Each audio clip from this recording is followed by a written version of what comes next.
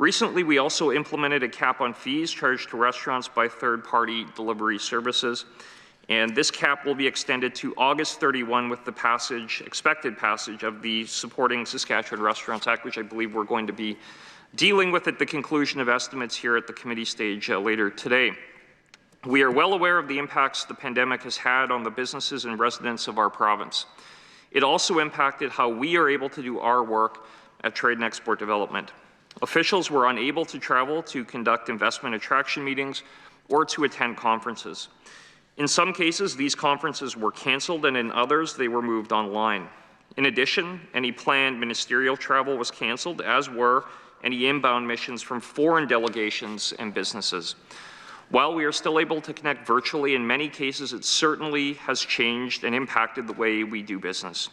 Despite these limitations, we have seen a number of significant developments in the province that point to a strong economic recovery. Last May, we welcomed Energine to the province as they set up their Canadian head office in Saskatoon. Energine is a world-leading genomics country headquartered in Israel. Their investment followed a successful trade mission that Minister Wyant and I undertook to Israel in 2018, where we had the opportunity to meet with the company and invite them to set up their head office in Saskatchewan. Last summer, we also announced new lithium and helium projects were underway in the province. In fact, North American Helium is set to open Canada's largest helium purification facility in the southwest corner of the province. We can expect that announcement in the near future. In June of last year, Benchmark PPE opened operations in Saskatoon. Their manufacturing facility has been producing personal protective equipment, and specifically N95 and surgical masks for the domestic market. More recently, Saskatchewan Mineral and Mining Inc. announced plans to construct a $220 million sulfate of potash fertilizer production expansion at their Chaplin location. Richardson International has announced they're going to double their canola crush capacity at Yorkton in a project worth multiple hundreds of millions of dollars. Clean Seed, an agricultural seeding technology company, is expanding their operations to Saskatchewan with a new facility in Saskatoon that will be the heart of the company's Canadian prairie operations. And just this week, Cargill Canada announced their $350 million plan to begin construction of a new canola processing facility here in Regina, in addition to upgrading and modernizing their existing facility in Clavette. These are just a few examples of recent investments we have seen in the province. We have also seen some encouraging economic figures in recent months. Last week, we learned that wholesale trade in Saskatchewan increased by a remarkable 25% in February 21 compared to February of 2020, the largest percentage increase amongst the provinces. This follows the momentum that we saw last year, where merchandise export sales were more than $30 billion, up 2.5% over 2019, the highest percentage increase amongst the provinces. This included a record $17 billion in agricultural exports, a 31% increase from 2019. On a national basis, overall exports were down over 12% over the same period. Saskatchewan's urban housing starts were up 64% in February 2021 compared to 2020, again leading the nation. Retail trade was up nearly 5% in January 2021 over the same period last year, well above the national average of 1%. In February 2021 compared to February 2020, manufacturing sales increased by nearly 8%, third highest amongst the provinces. In 2020, forest product sales were more than $1.1 billion, one of the highest totals in the province's history, and this year will likely shatter even that record. Forestry is the largest industry in the north and a very important part of our provincial economy. Lastly, Saskatchewan's seasonally adjusted unemployment rate in March was 7.3%, down from 7.4% a year ago. That represented the fourth lowest unemployment rate in the country, below the national average. These examples show that Saskatchewan is indeed continuing to lead our nation's economic recovery. This is due to the hard work and resilience of Saskatchewan people and businesses. It's also due to the fact that we are blessed with the resources a growing world needs. These products will be even more in demand as the world recovers from the pandemic. It is Trade and Export's job to help industry get Saskatchewan's resources to the world and help to bring the world to Saskatchewan. Our budget will help us achieve these goals by providing and increased focus on international engagement. We are providing $9.3 million, an increase of $5 million over last year, to establish international trade and investment offices in 4 additional locations. This will allow us to expand our international presence and networks around the world. These will complement our existing offices in India, Japan, Singapore, and China. We have hired managing directors for these 4 offices, and I'm pleased to report that despite delays resulting from the pandemic, 2 of them are now in the markets of India and Japan, and the other 2 are managing remotely before being able to deploy in the coming weeks. I also want to add that these 4 individuals are professionals with extensive international experience who were hired in a highly competitive selection process managed entirely by senior officials at Trade and Export Development. The New Delhi office in India is led by Victor Lee, who has over a decade of experience in international business development and foreign affairs. Prior to this appointment, Mr. Lee served as the Director of Trade and Investment for the Asia-Pacific region with the Government of Alberta, and also as a trading manager responsible for energy and mineral resources with Mitsui & Co. Canada. Paul Price is the Managing Director for the Tokyo office in Japan. He joins us after serving Japan's Ministry of Foreign Affairs for almost 7 years as Principal Advisor to the Consul General of Japan in Calgary, where he was also responsible for Saskatchewan. Mr. Price has held a variety of roles within the Organization for Security and Cooperation in Europe. Greg Eidsness is our Managing Director for the Singapore office. Mr. Eidsness is an international business development specialist with 15 years of experience in public and private sector organizations. Originally from Swift Current, he joined us from International Financial Consulting Limited, where he led the firm's business development and served as a consultant on economic development projects in Asia, Africa, and the Caribbean. He also previously served as Director of International Market Development at the British Columbia Ministry of International Trade, where he led market expansion strategies in Southeast Asia, Greater China, the United States, and Europe. We hope to have Mr. Eidsness in Singapore by the end of May. Lastly, Winston Kahn will lead our China office located in Shanghai. He was most recently the Managing Director of the Government of Alberta's Beijing office, where he led the trade and investment activities and managed the team of commercial officers in Beijing, Shanghai, Guangzhou, and Taipei. Mr. Kahn has extensive and diverse experience in both the private and public sector, devoting some 28 years in government, clean tech, financial services, and industrial manufacturing with a focus on Greater China and the Asia-Pacific region. Saskatchewan residents can be assured that these offices are being managed and led by dedicated professional public servants with extensive experience that will benefit our province. Through their work, these offices will strengthen our trade relationships and help us bring safe, secure Saskatchewan products to the world. They will play a critical role in helping us strengthen trade relationships, support Saskatchewan businesses, grow our exports, and attract new investment into our province. The 2021-22 budget also provides funding for the government's continued contract with Harper & Associates. They provided and will continue to provide guidance, advice, and support on increasing Saskatchewan's exports, diversifying and enhancing access to foreign markets, as well as attracting investment to the province. The budget also provides continued funding for our contract with Nelson Mullins in the United States. They will continue to help us advance Saskatchewan's economic interests and tackle market access concerns in the United States. They've been extremely valuable on several files, including Keystone XL, softwood lumber, and other important issues with our closest ally and most important trading partner. Budget 21-22 also continues important incentive programs to support Saskatchewan's economic recovery and position the province as one of the most competitive places to do business in North America. In trade and export, these include the Saskatchewan Chemical Fertilizer Incentive, the Manufacturing and Processing Exporter Tax Incentive, the Saskatchewan Value-Added Agriculture Incentive, and the Saskatchewan Commercial Innovation Incentive, also known as the Patent Box Program.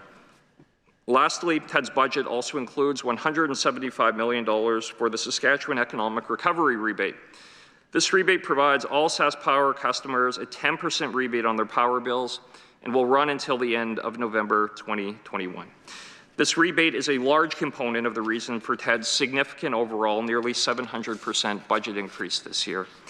In closing, I want to reiterate Saskatchewan has shown incredible resilience throughout this pandemic, as is evident by the continued economic developments and economic indicators I mentioned earlier.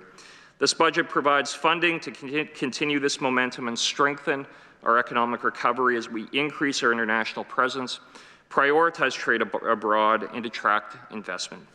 Thank you, Madam Chair, and I'm pleased to answer questions from the committee. And just a note as well on the consultation. So officials are participating via internet link. There's a bit of a delay in the link, so often we'll go back and the officials are still hearing questions, so it takes a few minutes to coordinate our responses. So just a note for folks who are watching at home. But with that, Madam Chair, I will turn it back to you. Thank you, Minister Harrison. I'll now open the floor to questions from committee members and recognize Ms. Young. Thank you, Madam Chair. I'd begin by again extending my thanks to all of the folks working today on another beautiful Saturday, from the ministry officials to the Legislative Assembly and building staff who are here facilitating the good work that is going on and the necessary scheduling accommodations outlined by the minister due to COVID-19. I think today I will begin with a fairly high-level question in regards to the TED budget overall. I note last year's budget was roughly $27 million, and I believe that was an increase year over year of about $6.5 million. So this year, excluding the Saskatchewan Economic Recovery Rebate, what is the budget of this ministry?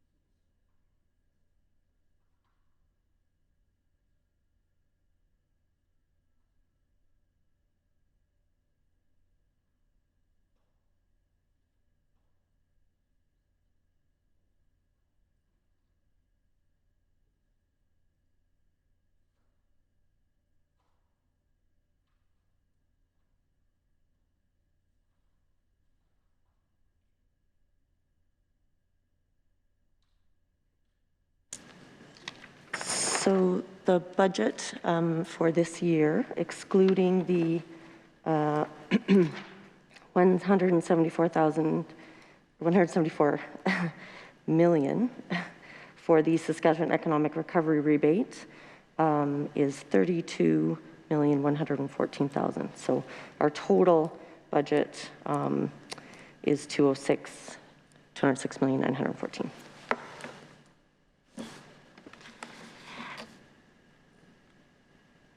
And is it fair to say that the ministry faces the same inflationary pressures and salary increases, whether step-based or otherwise, that other organizations and branches of government would experience? Yes. So we did get some additional dollars to allocate towards what would be sort of regular salary increases or negotiated salary increases. And so those have been included in the allocation. Thank you. And beyond the Saskatchewan Economic Recovery Rebate, which I do have a couple questions about, and the trade office is noted, are there any new initiatives or programs being undertaken by this ministry? Can I just clarify? So did you say outside of? Okay. Excluding. Okay, thank you.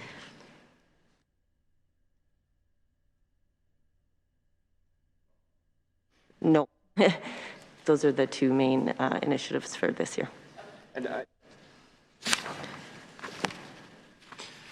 Madam Chair, thank you very much. In addition to, I mean, there was obviously a significant expansion in the number of programs that in a policy context, we were responsible for managing over the course of the previous year, which are continuing into this year. So we maintain the responsibility around the small business emergency payment as it moves into this fiscal as well.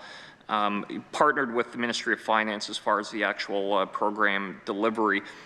Tourism sector support program, it's a similar circumstance where on the policy implementation and operationalization of that program, trade and export were the lead, but working with the Ministry of Finance as far as the actual delivery and back-end processing on the details of that program. Also on the strong recovery adaptation rebate, which we worked, and I want to thank our colleagues at the Provincial Disaster Assistance Program, because they actually were doing a lot of the back-end work on that particular program, given the constraints that we have had within trade and export as far as program delivery. So that would be one element. We provided and partnered with the Chamber of Commerce, Regina Chamber of Commerce, on the Buy Local campaign as well. So that program was actually administered and delivered by the partnership with the Regina Chamber.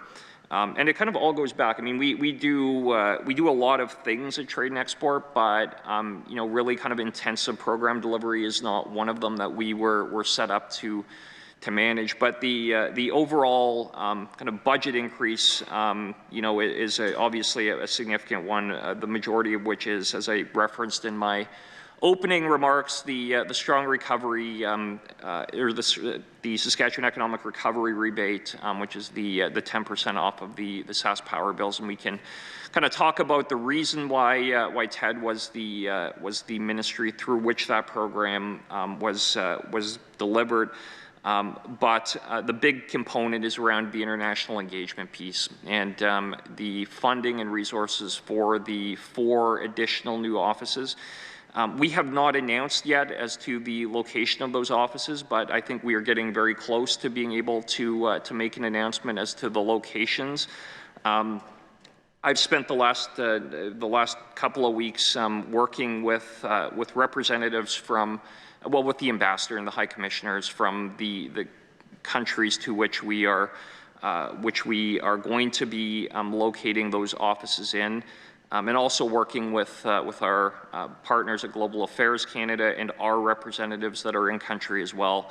As far as some of the technical elements of how those offices are going to be located, there are implications that go along, just even space sort of implications that we work with the either it be consulate or the High Commission or the embassy, depending on the country and the location. So we're continuing that work, being led by Rochelle Bourgogne, who's our ADM in charge of that program. But I've been engaged at the ministerial level very directly for a long period of time now with those representatives, and I think we've developed some very, very good relationships there. So we look forward to being able to make that announcement, Madam Chair, in the relatively near future.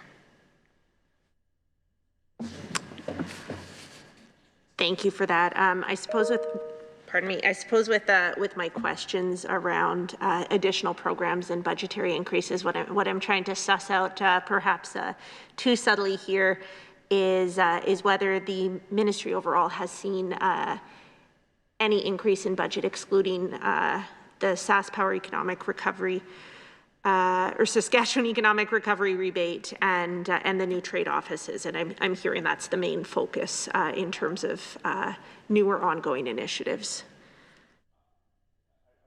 I mean, I don't have the percentage in front of me, but it would have been a 30-ish% increase in budget year over year without the SAS Power rebate, and the year before it was around that as well, I believe. So. Excellent, thank you.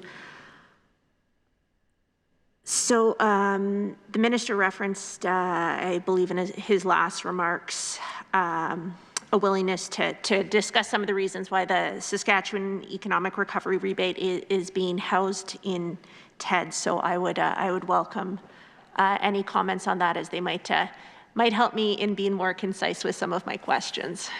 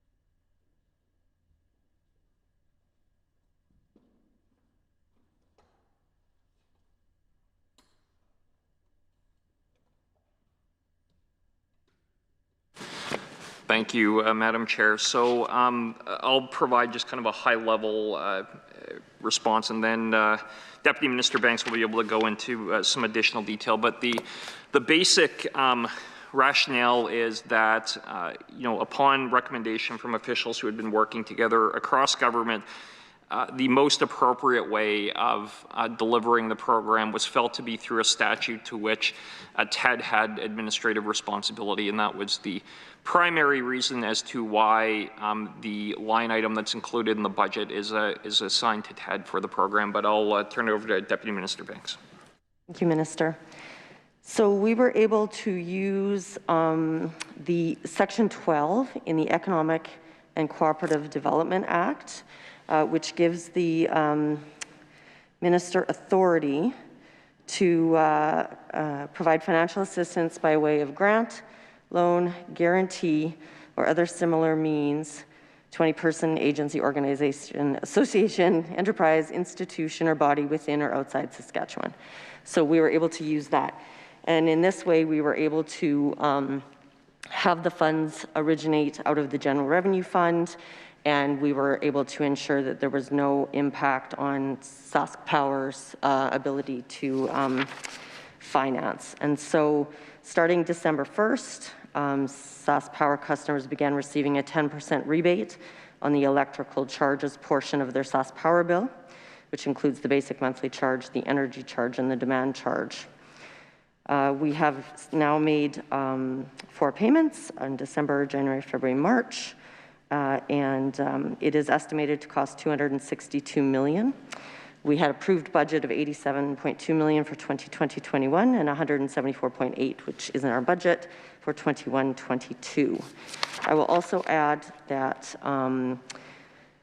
we are also able to include payments of grants to both the Swift Current and Saskatoon utilities, which are outside of the Sask Powers with the rest of the province. Thank you so much. That is a, I believe you said it was Section 12 of the Economic and Cooperative Development Act. That is broad and sweeping, and that's by no means a criticism, just a reflection. So again, in regards to the Saskatchewan Economic Recovery Rebate, recognizing there is the need for some coordination between TED and between Sask Power in regards to tracking or managing the disbursement of this grant, and how what that rebate is going to look like. 10% of power bills. Certainly, power consumption could impact how much of that total $262 million, which has been spoken of, is used, and how quickly. Are you able to offer some comments or some explanation in terms of how that coordination between the Crown and your ministry is taking place?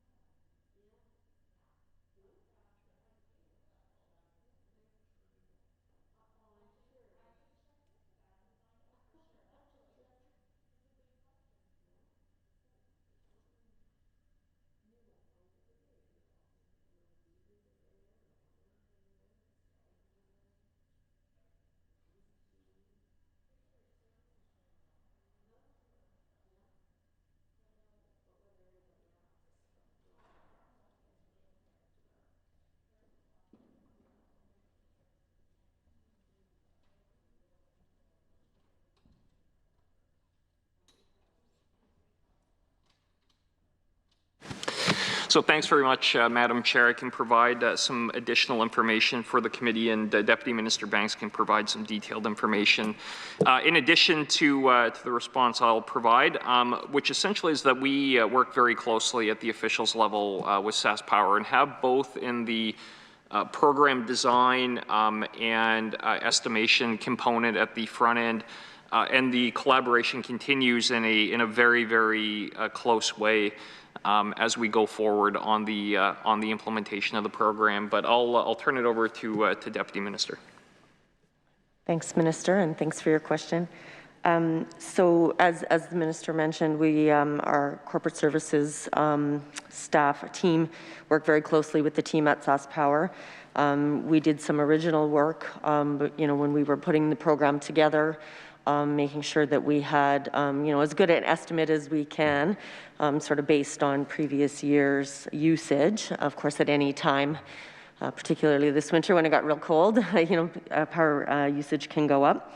But we, and now we continue to work with them on a monthly basis. And so basically the SaskPower officials calculate the rebate based on client power consumption, you know, whether it's residential, commercial, and farmers.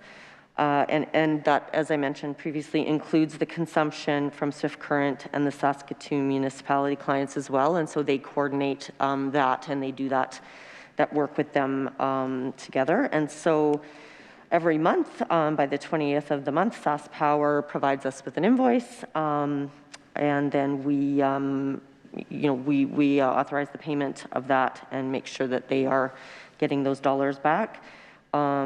We then continue to work closely with them on, you know, just monitoring the forecast against budget and making sure that that cash flow is happening on a regular basis. So, yeah, we're doing a lot of close work with them. Thank you, Madam Chair, and thank you, Deputy Minister. Are you able to speak to the portioning of the Saskatchewan Economic Recovery Rebate as it would relate to those categories identified, industrial, farm, residential, commercial? We'll have to consult with officials on that detailed information.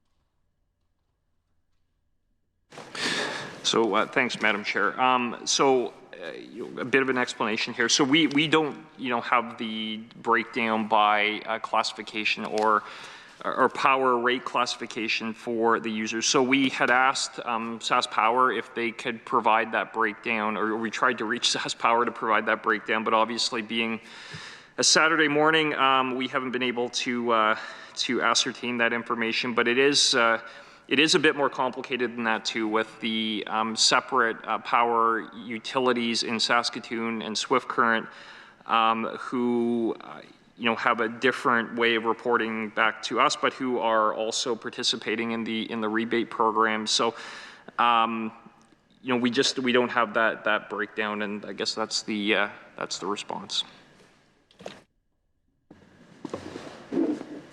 Thank you. Appreciating that it is a weekend, I would be happy to receive that information at a later date if that's possible to request.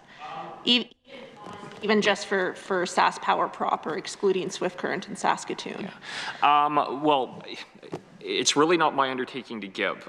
SAS Power are the responsible entity, and I think that they, without having been able to connect with them, may have some concerns around commercial sensitivities, but I would suggest that probably better put, maybe the SAS Power would be able to provide that information and undertaking, but I don't want to bind them just because it's not mine to give. So that would be my suggestion, that it be raised with SAS Power at the appropriate time. Thank you. And is there any clarity around when that would be? I believe I recall that the crowns are not, there's no estimate committees meeting in regards to the crowns. So I'm just trying to establish when that question could be put to SAS Power.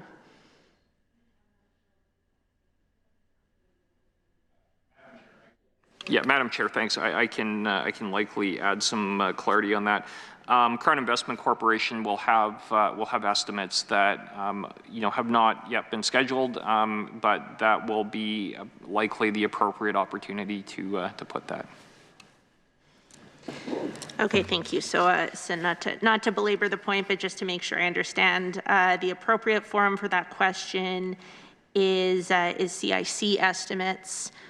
Somebody will be present and able to address that question at that point, whether in relation to the totality of the $262 million, or as I indicated, honestly, even the portion specific to SAS Power, excluding those external utilities. I would be able to add. I will make SAS Power, or sorry, CIC. So Minister Morgan and Deputy Minister Campbell will be aware that the query will be put to them, and we will make them or let them know that will be the case. Okay, thank you.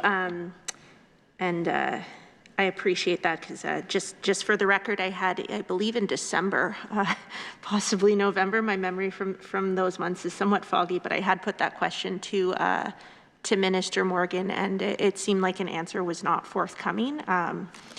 And my goal in asking this question is just really around transparency.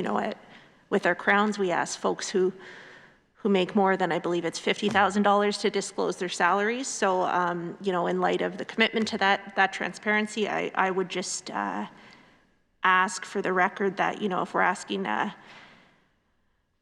individual who sweeps the coal dust off the floor of Boundary Dam to disclose their salary, it would be wonderful to be able to see some transparency around those numbers as well.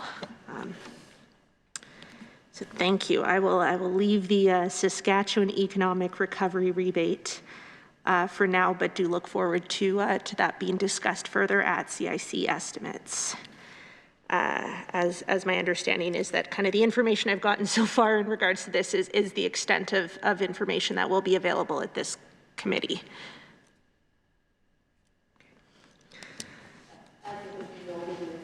That's a question that will have to be put before the CIC committee, and they will have to work with SAS Power at that point in time to see what information can be provided. I would offer as well, I think there'll be an additional opportunity at annual report time for SaskPower, which the Standing Committee on Crown and Central Agencies have the opportunity and obligation to review. So. Excellent. Thank you. Thank you, Minister, and thank you, Madam Chair. Moving on then to trade offices, I believe I have up next in my theme area of questioning. So the minister noted, I believe, in some of his explanatory remarks that of the 4 offices, India, Japan, Singapore, and China, to date, 2 of them are open. I understand in the past they had been targeted for opening, I think, Q1 of this calendar year, but obviously with some of the international challenges going on related to a global pandemic, that has been pushed back a bit. Are there any timelines, even flexible, broad ones, recognizing the current state of international affairs that are in existence in regards to the 4 forthcoming trade offices? I would say the short answer is yes, but we're going to go and consult with Rochelle Burgoyne, our ADM in charge of the international program, and have some more detailed information for the committee.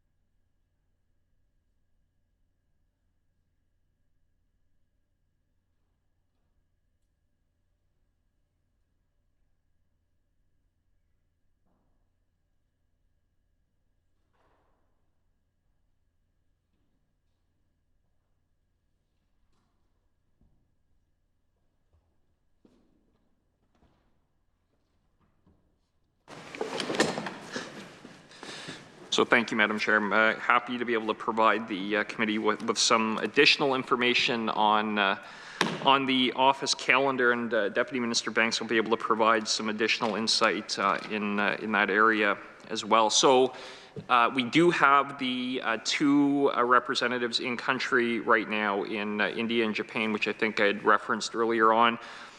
We've been working with kind of the local authorities in the other two jurisdictions, being Shanghai and Singapore, which has obviously been a challenge given some of the, given the pandemic and the implications on international travel between Canada and those countries and their specific requirements around the granting of visas and the arrivals. But so that has been something that isn't really within our control as to when that will be concluded, but we continue to work on that and are hopeful it'll be sooner rather than later. But we are grateful, though, that we have our representatives in the other markets, and they are hard at work.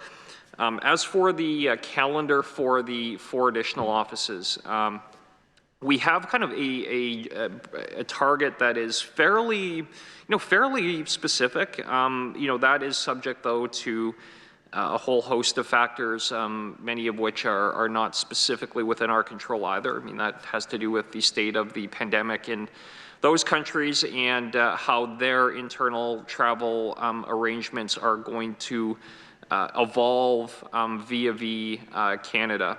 So we have been working, like I said, with the ambassadors directly on some of those questions, but there are elements that are beyond our control. But what I would say is that we are looking for 2 of the 4 offices to open and be operational in early fall. Well, in fall, I would say, maybe not early fall, but in fall.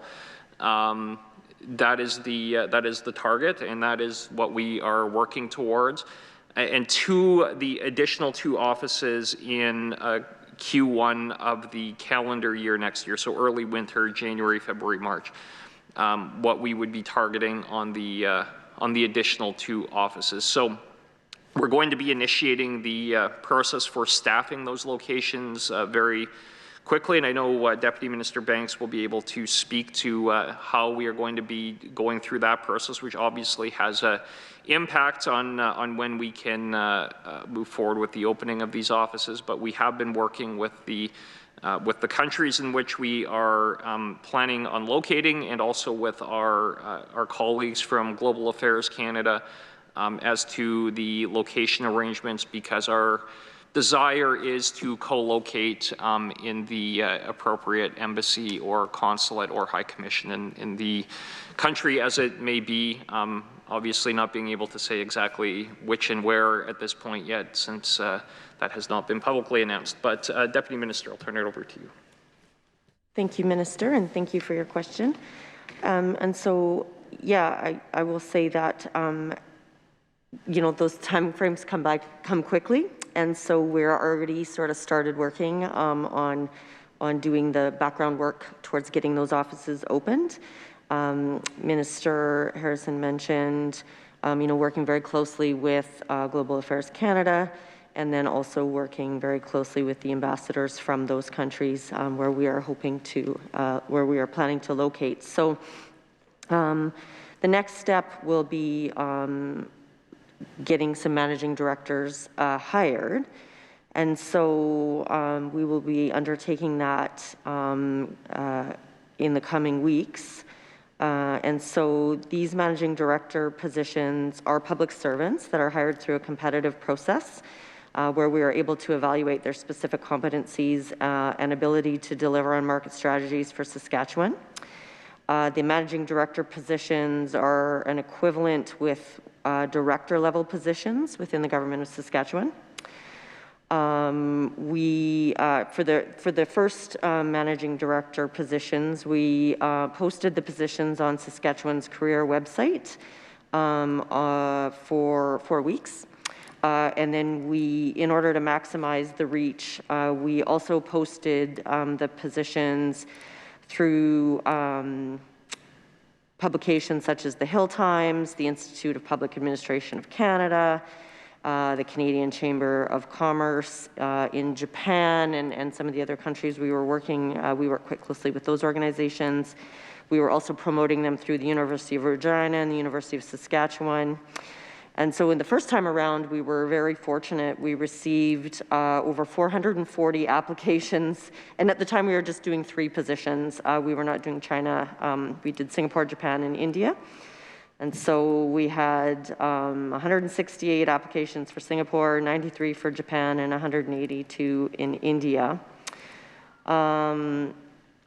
The candidates were wide and varied. They included current Saskatchewan public servants, equivalent positions from other provincial jurisdictions, Global Affairs Canada Foreign Service, and business and industry leaders. And so you've heard the biographies of the successful candidates. And so what we would plan to do again is we start with the initial long list of our potential candidates. We then narrow those down to sort of a next list. And we did some short screening calls, telephone interviews, and we actually had them conduct a behavioral analysis tool called the Predictive Index Assessment. Once we got the results of those, and in those initial telephone conversations, you know, we ensured they understood that the position they had to actually move to the country where we were going to place them, that they were in a position to do so, that they would be able to get security clearance, that that they understood that their families would have to be able to get in. There's certain criteria that Global Affairs Canada has that you must, if you're going to co-locate with Canada, there's criteria that have to be met. So we sort of use that to screen out some candidates there. And then we brought in a shorter list of candidates that we did a video interview with the Assistant Deputy Minister of International Engagement, which at the time was myself, and the Executive Director of International Offices. We narrowed that down again, and a final short list of candidates was invited to an in-person interview and presentation with the Deputy Minister of Trade and Export Development, and then were vetted through extensive reference checks. And then once we have our managing directors in place, we did engage in a fairly rigorous onboarding process as well, making sure that while some, as Minister mentioned, grew up in Saskatchewan or lived in Saskatchewan for part of their time, we wanted to ensure that they had a really good feel and understanding for Saskatchewan before we sent them abroad. And so we will do that same vetting process and careful process as we go on to hire our next 4 managing directors. And then once they're hired, there's another process that they go through with Canada around obtaining security clearances and visas and what would be diplomatic passports, etc. So that also takes time. So it does take a considerable time to be ready for the fall, which is why we're starting quite soon. Thank you, Deputy Minister. I only have one question in relation to that staffing component, which you've spoken so extensively on. Beyond these individuals, are there other staff accompanying them, or are they kind of like an island of one? Because you've spoken at length, I think, about the stringent hiring process accompanying these, managing directors, is that? Yes, managing directors.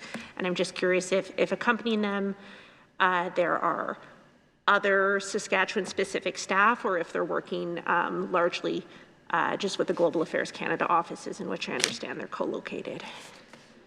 Yeah, I can give a bit of an answer, and I know Deputy Minister will be able to speak to it further. We will have locally engaged staff, which is a process in and of itself with Global Affairs Canada. Obviously, there's a significant amount of work that goes into that process. As far as any staff from Saskatchewan being located in country in addition to the managing directors, there are not. We have, though, folks who assist them in their work within the jurisdiction to which they are assigned. So I just do want to thank these folks, though, who really are professionals, who are really committed to advancing the interests of our province, and who, deserve respect. And I hope that all members would be willing to give them that respect because they deserve it. So, Deputy Minister. Thank you, Minister, and thank you for the question. So, as Minister Harrison mentioned, in each office, there will be the ability to hire what are considered 2 locally engaged staff. So those are hired through Global Affairs Canada. They, help provide the vetting and the shortlists, and the process is done collaboratively with the Managing Director and the Global Affairs Canada staff that are on the ground. And so each Managing Director will have a staff member that would be, a higher level sort of trade commercial officer that will provide support. In some of the countries, India, for example, it's quite a big country, and so this is a position where they could attend meetings and do work in concert with the Managing Director. Each office will also be able to hire a more administrative staff member at that level that will help with logistics, budget, administrative duties, etc. So, and then I would say that we also, being co-located with the embassy or high commissioner, we're also able to use or take advantage of public relations staff, commercial staff, from Global Affairs Canada that help provide support on the ground, logistics, etc. And we also, in many of the locations, there are other provinces that are located there. Many of them, we have colleagues from Alberta, BC, and Ontario, Quebec. And so there are occasions where it makes great sense to work together and collaborate with our provincial partners as well. And we have, as Minister Harrison mentioned, we have a branch back here in the Ministry of Trade and Export Development that has been put together to provide support from here. We have, those staff are willing to work outside of normal hours to accommodate time change, those kinds of things. And so we have built a team here that is bar none and that will help provide that support. And then I guess I would lastly say too, those managing directors, it's a real collaborative approach with other ministries in the government, agriculture, immigration and career training, energy and resources, and many others, advanced education. We're working with them all the time. And then we're also, of course, working with STEP, Saskatchewan Trade and Export Partnership. And so, they're getting support from sort of all of those partners. This is a very Government of Saskatchewan trade office, not just a TED trade office. And, if I could as well, I'd like to thank the senior officials from Global Affairs who we've been working with as well. And obviously we're working with the folks who are in the countries to which we're looking to set up new offices. But I want to thank the ambassadors as well. High Commissioner Patel, for example, who has just been wonderful to work with in India and really has become a friend over the last number of years. And Ambassador Bernie in Japan as well has been incredibly helpful. Our ambassador in Singapore, who we've worked with very, very closely on all of this. We do have a very good foreign service in this country, and I have appreciated working with them, and the Trade Commissioner services as well have been good. I mean, and being able to work with a Saskatchewan-specific managing director in country, it provides a kind of amplification of the efforts we're going to be making. So I want to kind of just publicly put on the record our thanks to Global Affairs staff, and particularly the High Commissioner and ambassadors, or High Commissioners too, and ambassador in the existing countries we're working.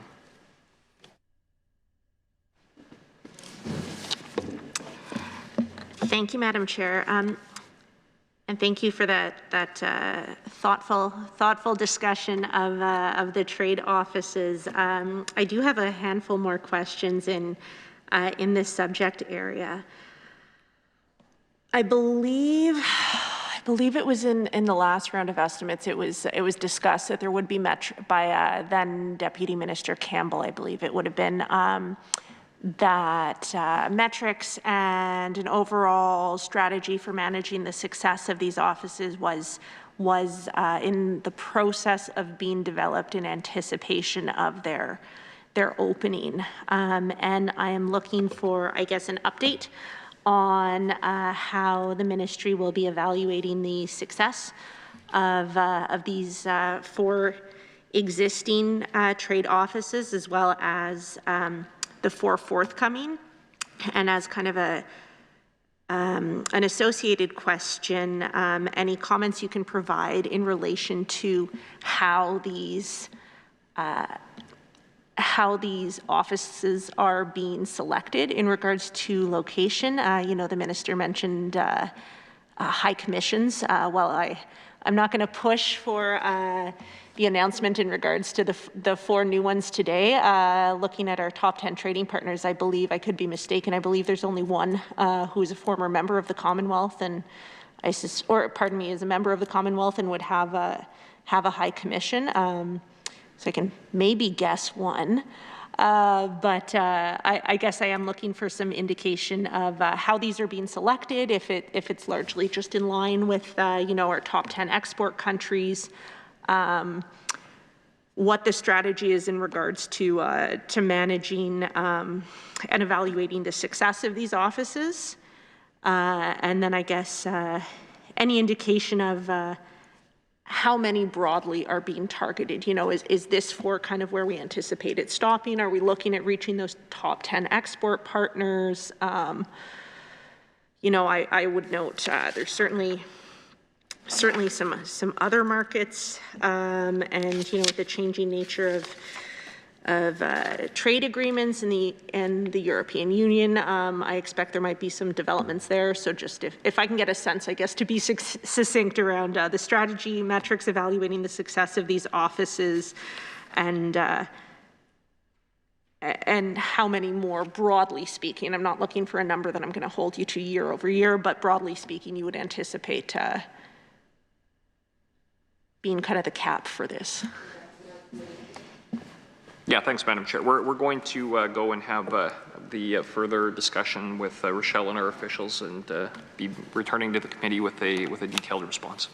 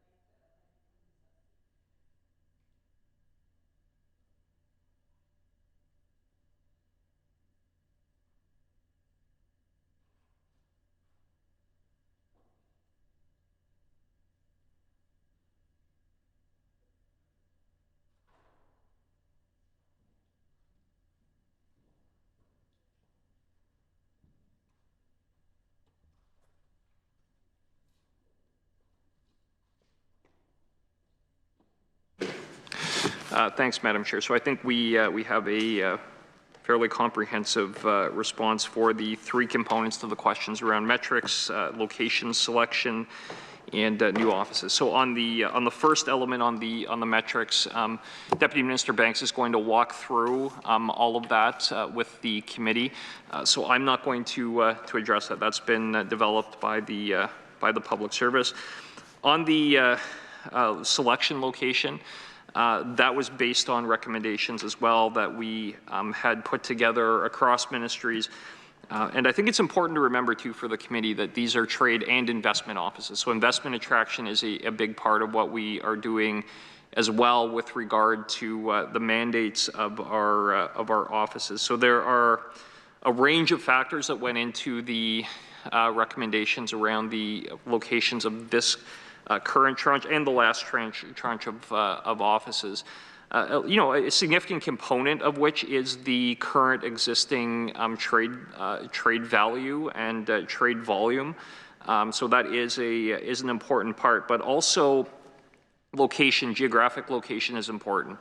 Singapore, for example, isn't in the list in and of itself. It's a city-state, of course, of our top 10 trading partners internationally, but it is very centrally geographically located, and more importantly, is the financial center in that area of Southeast Asia. And that was a big part of the consideration as to why the office went to Singapore. Future potential growth. There are emerging markets in different areas of the world where we really believe, you know, and that's not just us in government, but that's working with our partners in the private sector as well, where there's a real belief that the potential exists for significant growth in exports of products into those markets, and that, you know, can be in areas of, you know, agriculture is the obvious example, but other areas as well where we have a comparative and competitive advantage over other jurisdictions in moving exports into those markets, and that is determined, you know, based on wide discussion and consultation with our private sector exporters as well.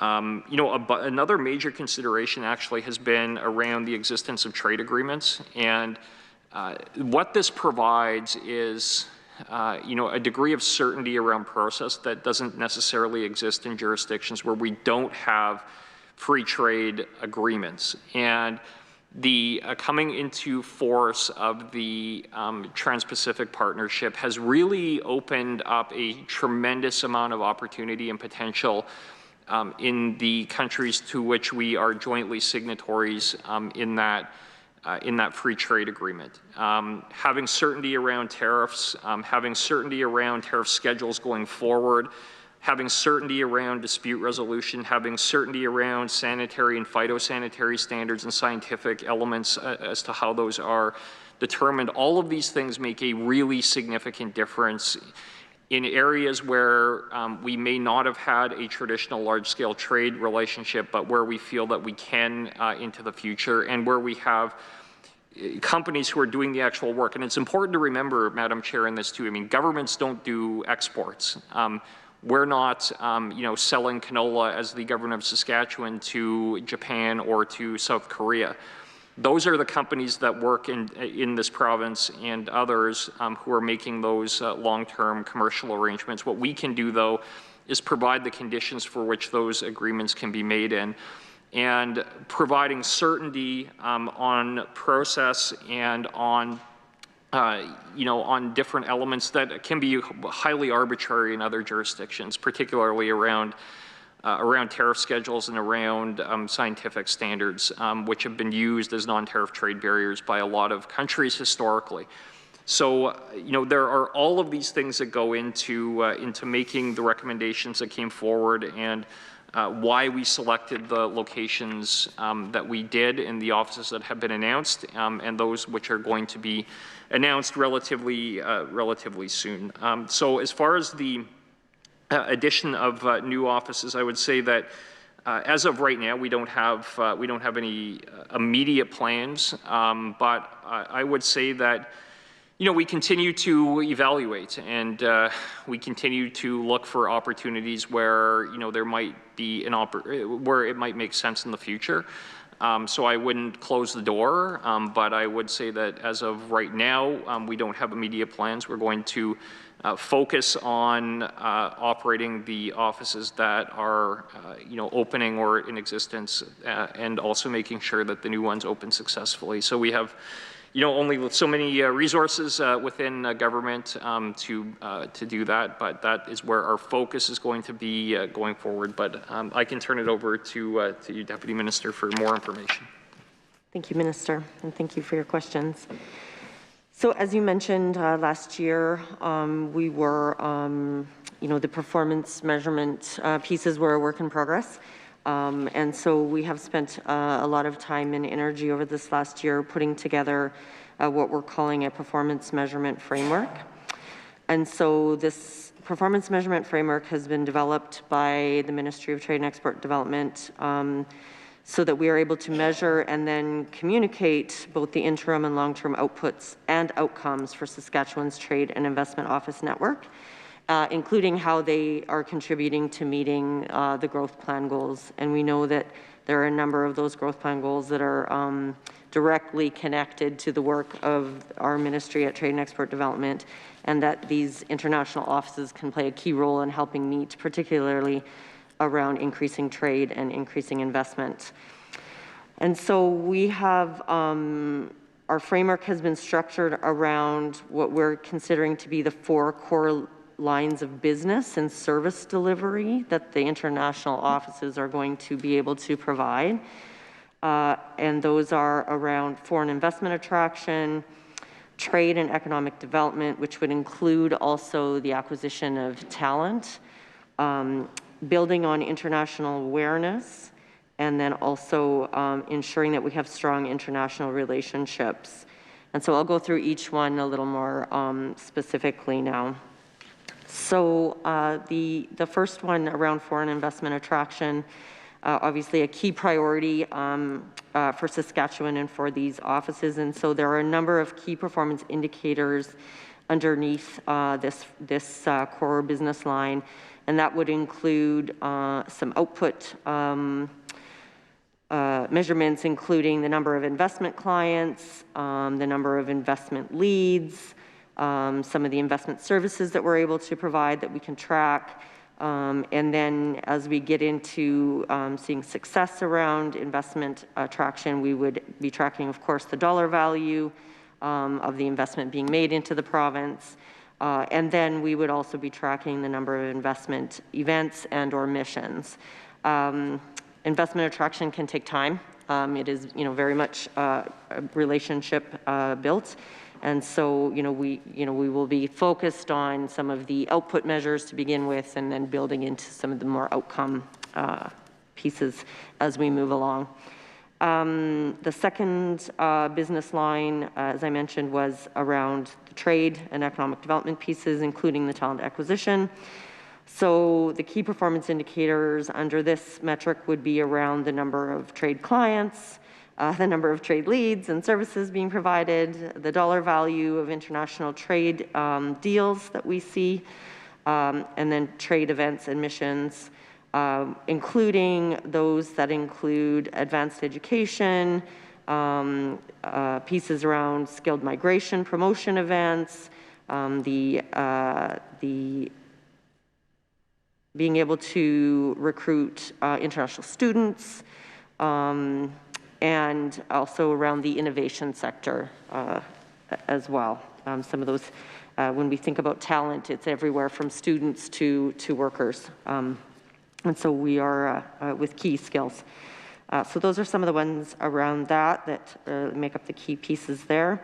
When I talk about international awareness, that would be around some of the sort of marketing pieces and efforts that we're also going to be making. And so the key performance indicators would be around sort of the number of Saskatchewan awareness campaigns, media followers, website traffic, those sort of social media pieces. You will have been aware of our Think SaaS campaign, and we're going to continue to build on that. And there will, of course, be work done within the countries where we're located to continue that work. And then also talking about international relationships. And so the key performance indicators under there would be sort of dealing where we're dealing with market entry issues being addressed, the giving of policy advice, being able to create commercial and non-commercial partnerships, and then being able to support government missions. And so those are around that. And then we will also be doing some tracking around some of the service delivery pieces. So those key performance indicators would include client and stakeholder satisfaction surveys on a semi-regular basis to ensure that we are meeting the needs of our clients, both here in Saskatchewan and abroad. So we really have created this framework so that we can collect and track the information about the activities of the office. We're going to be doing that day-to-day monitoring and evaluation of performance, and it allows us to track the progress towards achieving government objectives. It is based on a logic model, as I mentioned, establishing linkages between key performance indicators, outputs, and outcomes. Each key performance indicator is then linked to the expected outputs, the strategic outcomes, and the growth plan goals. So there's a linkage all the way through. All of them are quantifiable measurements reflecting critical success factors for the office network and for TED, or the Ministry of Trade and Export Development. We will have multiple data sources, and those have been defined, including that we have a customer relationship management system, a CRM system. We will be creating activity reports from the offices, and as I mentioned, annual client and stakeholder surveys. After we've been doing this for a little bit, we will also ensure that we have baseline data and target goals for KPIs that will be established upon the first year of operation of an office, which will be based on actual performance and estimated results. We think these will be a bit of a work in progress because of the impacts of COVID to start, but those will be refined over the coming years when there's an ability to get out and move around a little bit more. This framework is aligned with the reporting process that we have established for each of the managing directors back to headquarters, back to the ministry. We will also, we look forward to also supplementing the actual numbers pieces with some success stories where we can showcase the assistance offered by an international office and how it can actually make a difference for clients and stakeholders, for companies, for businesses. So that is the framework that we've put together at this time. And so we've done some pretty significant work on that. Thank you very much. That was a thoughtful and extensive answer, which I appreciate. If that is like a framework document that you are reading from and you're able to table that, that would be appreciated. And I do just have a couple more questions in this subject area, and then I will move on.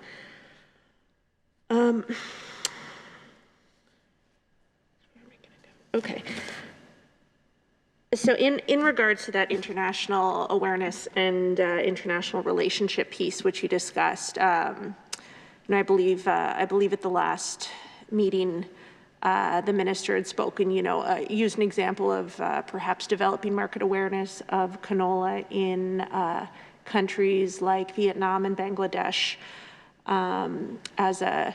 as two markets which I believe primarily use palm oil. And of course, we would all agree that canola is a superior product, both in terms of its impact here at home, as well as the environmental impact that palm oil has, globally speaking. So I guess just when we're speaking specifically about the export component, I guess I want to make sure that I'm understanding that it wouldn't be necessary, say, in the setting up of future trade offices, to be looking at places where we have fairly well-established trade connections, such as, say, like France, the United Kingdom, or something like that. I can respond to that. I think we kind of went through some of the parameters of the what we're looking at as far as setting up trade offices, which have a whole number of components to them, around potential growth opportunities, important centers in markets to which, we're seeking to increase our exposure, both from a trade and other elements to that as well, which I think Jody walked through. Volume's a part of it, but, there's kind of a market development element, I think. What was being referred to is in some of the markets in Southeast Asia where you have, larger usages of products which are comparable, although inferior to some of the export products we have. There is a element of what we seek to do, or at least support doing. Companies really do a lot of the good work on this and the heavy lifting as far as market development. But there are ways that we can be supportive in that regard as well. I mean, I think of potash in India, for example. I mean, Canpotex actually puts on clinics and training sessions where they go right onto the ground and work with farmers, primarily very small scale landholders in India, and actually show them with their product how they can increase yields. I mean, that's kind of the most granular sort of market development that you can do, but this is actually what our companies do on the ground in these jurisdictions, and we can be and have been supportive and an active participant in some of those initiatives around the world. So, there are areas where we think that there is very, very real opportunity for further market development. That's going to be a part of the consideration that we have as far as location internationally. But, I think we went through in some detail that there are considerations beyond that, which include the investment component as well. So, financial centers that, are globally significant, it can be important that we have that presence as well. But all of those are continuing discussions. Thank you, Minister. Of the budget allocated to these 4/8 offices, what is the approximate, just ballpark value assigned to each office on an annual basis? There's a host of factors that go into that, but I think it would be fair to say it's around $1 million per year per office. It varies a little bit depending on location, and there are different factors that go into the final dollar value, but that would be around, maybe a little bit more than that, what we expect per annum. Thank you, Minister. And I'm wondering if either yourself or the Deputy Minister could offer some comment on the relocation of the Shanghai office. Deputy Minister Banks can offer that. We probably should go and have a brief chat with Rochelle, and we'll be able to provide some additional information on that, Madam Chair.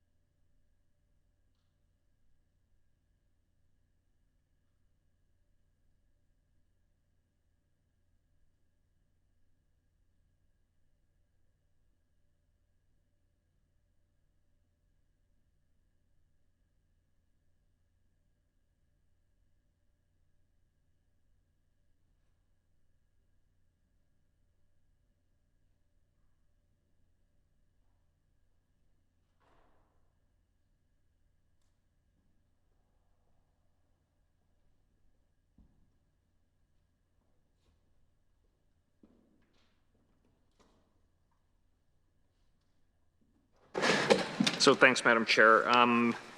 Deputy Minister Banks will have more to add, but I will, be happy to speak to our kind of relationship with China in a general context, and then we can get into kind of more granular details with regard to the office location. So, I think committee members know. I mean, China remains, has been, and remains a large volume trading partner with Saskatchewan, and that relationship though has been evolving and significantly impacted by events between Canada and China over the course of the last couple of years, which have resulted in significant reductions and impacts on our exports into that country, particularly as it relates to canola and the moving scientific and sanitary, phytosanitary standards that the Chinese have used to keep out Canadian canola exports into the country, but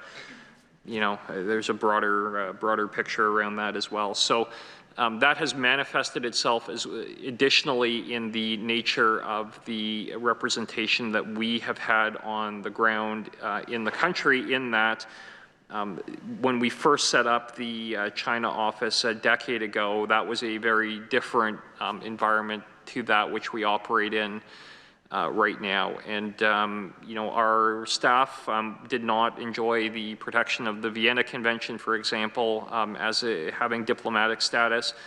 That was a significant concern, and, there was an opportunity for us to transition that office in a way that we felt was appropriate given the circumstance. But I'll turn it over to Deputy Minister Banks. Thank you, Minister. Thank you for your question. So as Minister Harrison mentioned, we have had an office in Shanghai since 2010 with a director.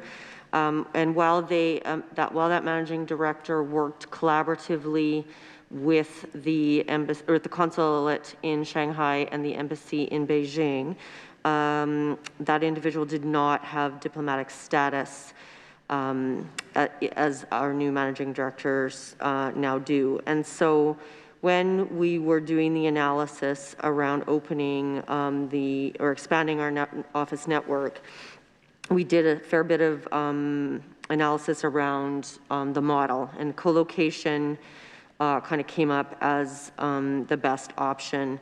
And there's a number of reasons for that. And so, being able to co-locate with Global Affairs Canada where we can, came up as the best option.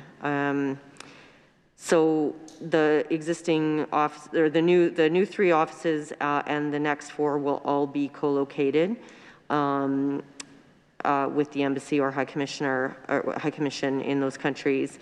And if there are situations where co-location is not immediately available, we will, we will look at options around utilizing office space, but with plan to co-locate as soon as space becomes available. Being able to utilize Canada's existing network, provides a strong base for Saskatchewan's global presence. Canada's role is to advocate on behalf of Canada, not any specific province, and so having Saskatchewan employees on the ground allows for advocacy and education on behalf of Saskatchewan businesses and stakeholders, with both people in market as well as Global Affairs Canada employees. But at the same time, being able to take advantage of Global Affairs Canada's network and expertise in market. It will give us the opportunity to position Saskatchewan's priorities as shared interests. It also offers Saskatchewan officials access to other federal co-locators, such as Agriculture and Agri-Food Canada, the Canadian Food Inspection Agency, and Export Development Canada, as well as other provincial co-locators, as I mentioned. In many of those places, we have Alberta, BC, Ontario. And so there's just an increased opportunity for collaboration. Where it makes sense to do so, we can host joint events, we can share contacts, and share market intelligence. And I would say, too, from an administrative standpoint, co-location really streamlines the administrative needs, allowing Saskatchewan to have a more efficient footprint here within our ministry than would be required with different standalone offices in different locations all over the world. The Government of Canada manages all the administration related to the location, security, and locally engaged staff, which is what we had mentioned previously. And it does create more predictability in costs. And then we don't have to manage exchange rate fluctuation. So it is billed through Canada. And Global Affairs Canada has been very supportive of Saskatchewan's network expansion and desire for co-location. I would say as well that as we have sort of gone through the pandemic, it has also reinforced the benefits to co-location around security, around just being able to, you know, if the original situation in China where Canadian diplomats were actually, you know, chartered home in some of those situations, you know, where we would be considered an employee of the mission. So, you know, I think it gives us some real benefits there. Back to China. So, you know, as I mentioned, for both security and efficiency reasons, it was determined that, and it was always the plan to transition our standalone office into a co-located situation. And then just with a change in our managing director after 10 years, had a new opportunity and so had moved on from that position. And so we just decided to take that opportunity to do it then. And it gave us the opportunity to close down the standalone office and be able to transition that space into the Shanghai consulate.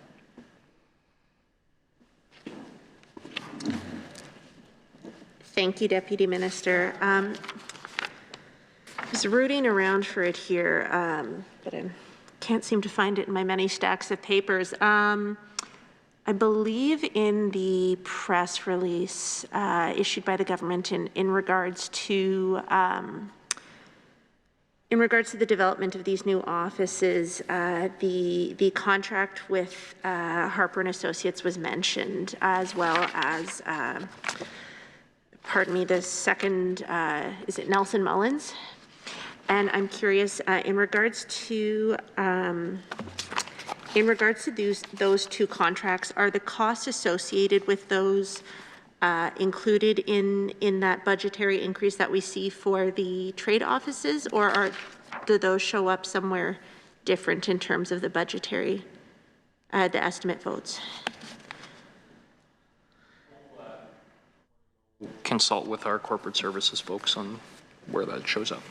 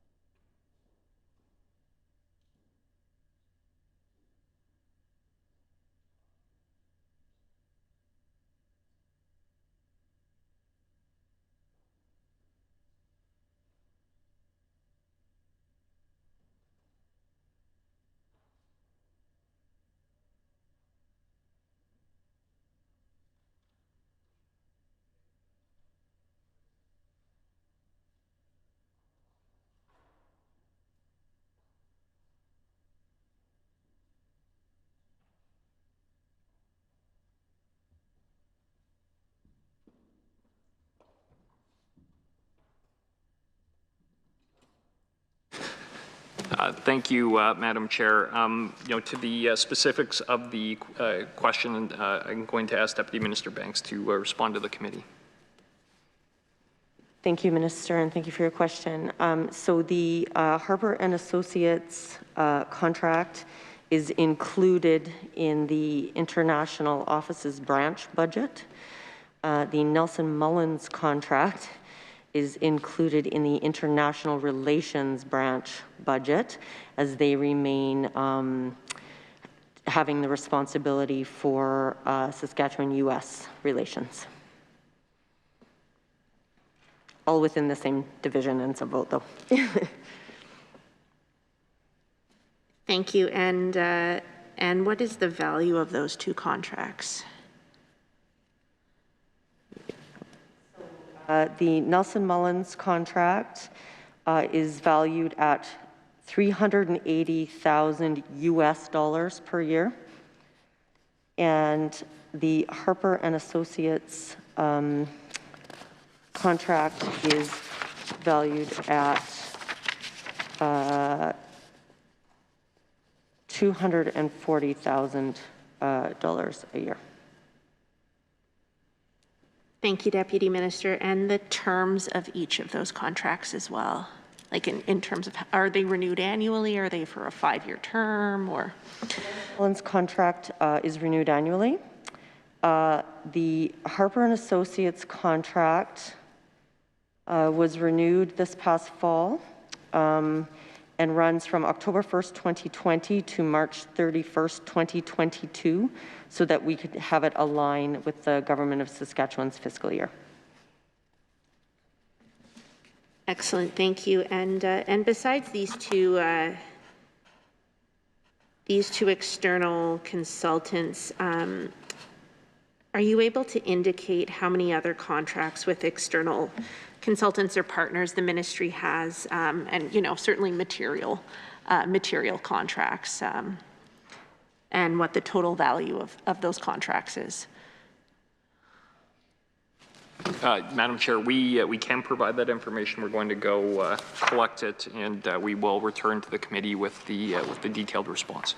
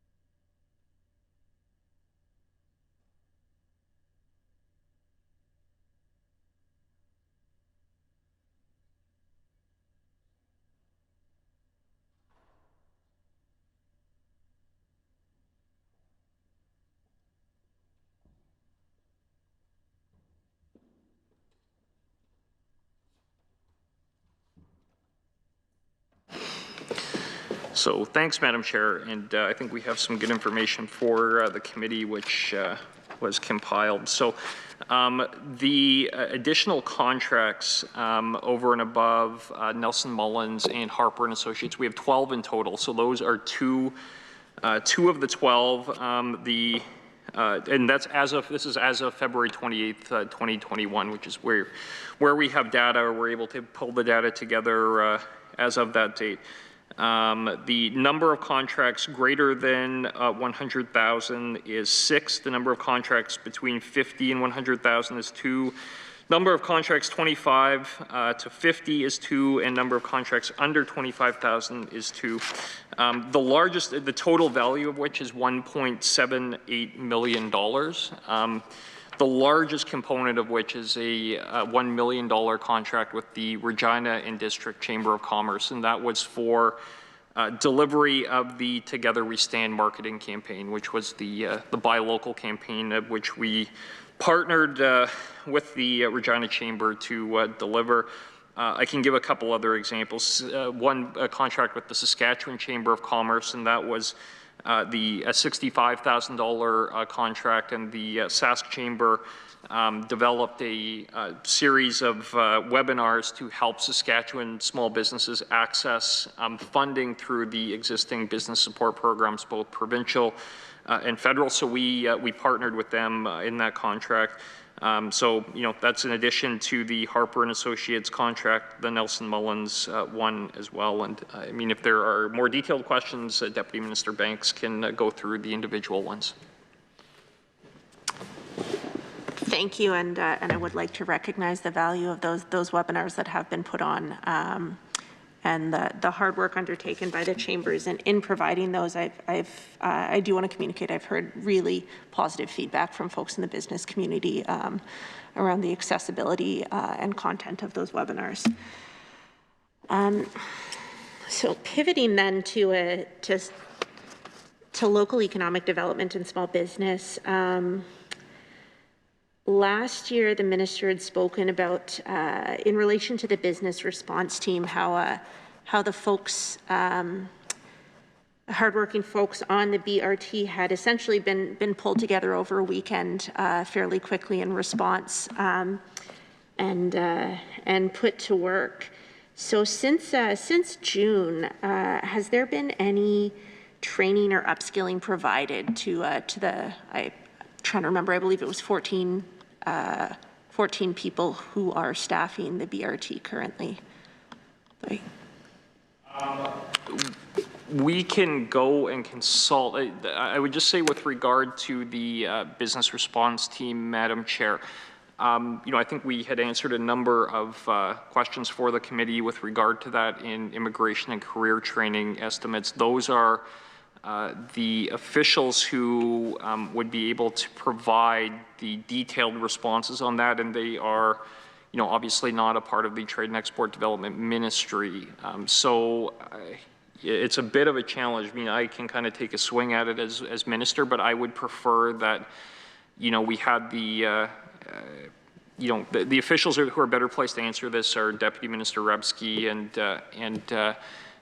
Ken Duick, who is running BRT. We can respond to kind of detailed questions with regard to BRT up until the handover in midsummer, and I think we talked about that in the session that we had in the summer. But by way of kind of a response, I can say that there was a very close collaboration in the handoff between trade and export officials and immigration and career training officials when we did that handover, so that there was continuity between the two ministries.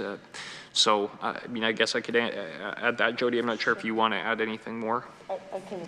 Thank you, Minister. I can just add that when we first stood up the business response team, we had a call center, an email address, and so we redeployed a number of, I think you said 14 folks and more actually, and so there were certain teams that were created.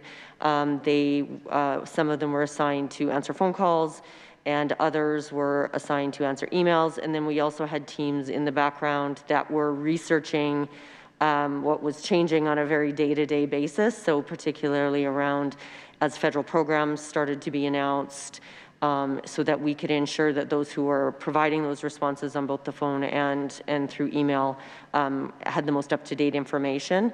And so we developed a fairly significant list of questions and answers. And we also were able to, we got to a point where as we were answering those questions, where people agreed that they wanted to be contacted in the future, we were able to collect their email addresses, with their permission, of course, so that we could send out alerts, email alerts as things changed. And of course, in those early days, they were changing very rapidly. So we did we were doing this over a weekend. So on the Monday morning, we did a very extensive 2-hour training program on being able to answer calls and being able to, we started with, we didn't have a lot of information. And then every morning there was updates and meetings where officials who were answering those phone calls were given as much updated information as we had. And so there was, and then as Minister Harrison mentioned, when the time came to transition to immigration career training, that transition happened over about 4 to 6 week period. We started having folks from their ministry partner on calls with us so they could hear and learn.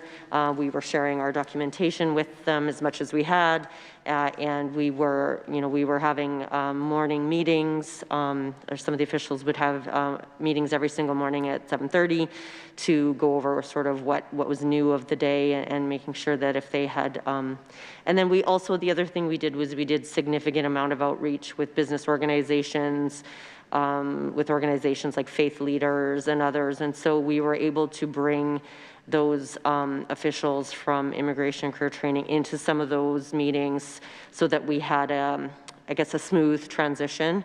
So they got to know who was sort of taking on the responsibility. And we continue to this day working with immigration and career training on this.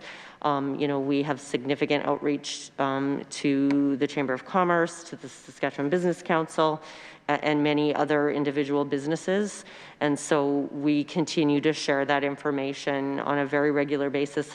I myself continue to be on a call regularly twice a week. And so, we continue to work very collaboratively with both Immigration and Career Training and the Ministry of Health. Yeah, and if I could just kind of add, Jody gave a really kind of good background to this. And, I'm not going to go into all the details of how this was set up. I think I talked about it a bit in estimates last time around, but this was really a remarkable effort.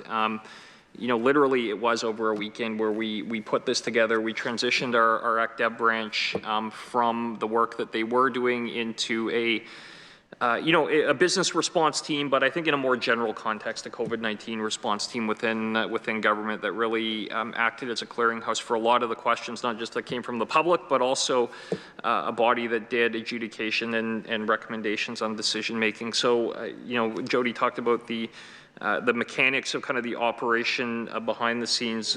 We would meet every day, every morning, and go through what had come through the door the previous day, and often, give direction or provide feedback on what was coming through the door. And it was a incredibly intense period, as you can imagine, Madam Chair. I think we all of us in government had lived through and felt that. But it was pretty overwhelming. But I think, did a great job, and I really do want to put on the record again just my gratitude to our staff and officials who did that work in the early days on BRT. And I would say too, Jody's too humble to say this, but of the public service awards handed out this year, 5 of them, Trade and Export got 2. And these are very prestigious awards within the public service. The BRT got 1, and our policy shop, which is a very small unit of just a handful of folks, of which the minister tries to be an honorary member, but doesn't quite cut it though. I think got another, and it's a reflection, I think, of the esteem that our folks are held in within government and the work that they have done, and kind of the selfless work that they have done. You know, whether it be 6 in the morning or 11 at night and all points in between, which we were working through and continue to with BRT and ICT at this point. So, you know, just kind of to put that on the record as well, the great work that's really genuinely great work that's been done, and my gratitude to them. Thank you, and I'm happy to end my line of questioning around the BRT. I thought it might be fair game just due to that ECDEV line here, but I am happy to move on. But before I do, I would, Deputy Minister, also offer my sincere congratulations and appreciation to you and your staff. It's been a wild year. I guess, but before I continue, given some of the fluidity of these programs, in regards to their movement between ministries, is I guess a question, I'm not sure if this should go to the chair, to the minister, the SSB EPP, is that appropriate for this committee? So, Madam Chair, I mean, we can kind of speak to some of the policy elements. The administration, the line item isn't with us. The line item is with the Ministry of Finance. We can speak to some of the policy elements, I think, would be fair, and it's not necessarily a kind of black and white line where that is, but we can do our best. Thank you, Minister. And if any of these questions should be punted to my colleague from Regina Rosemont, I'm happy to pass those on, although I do believe they're relatively high level in nature.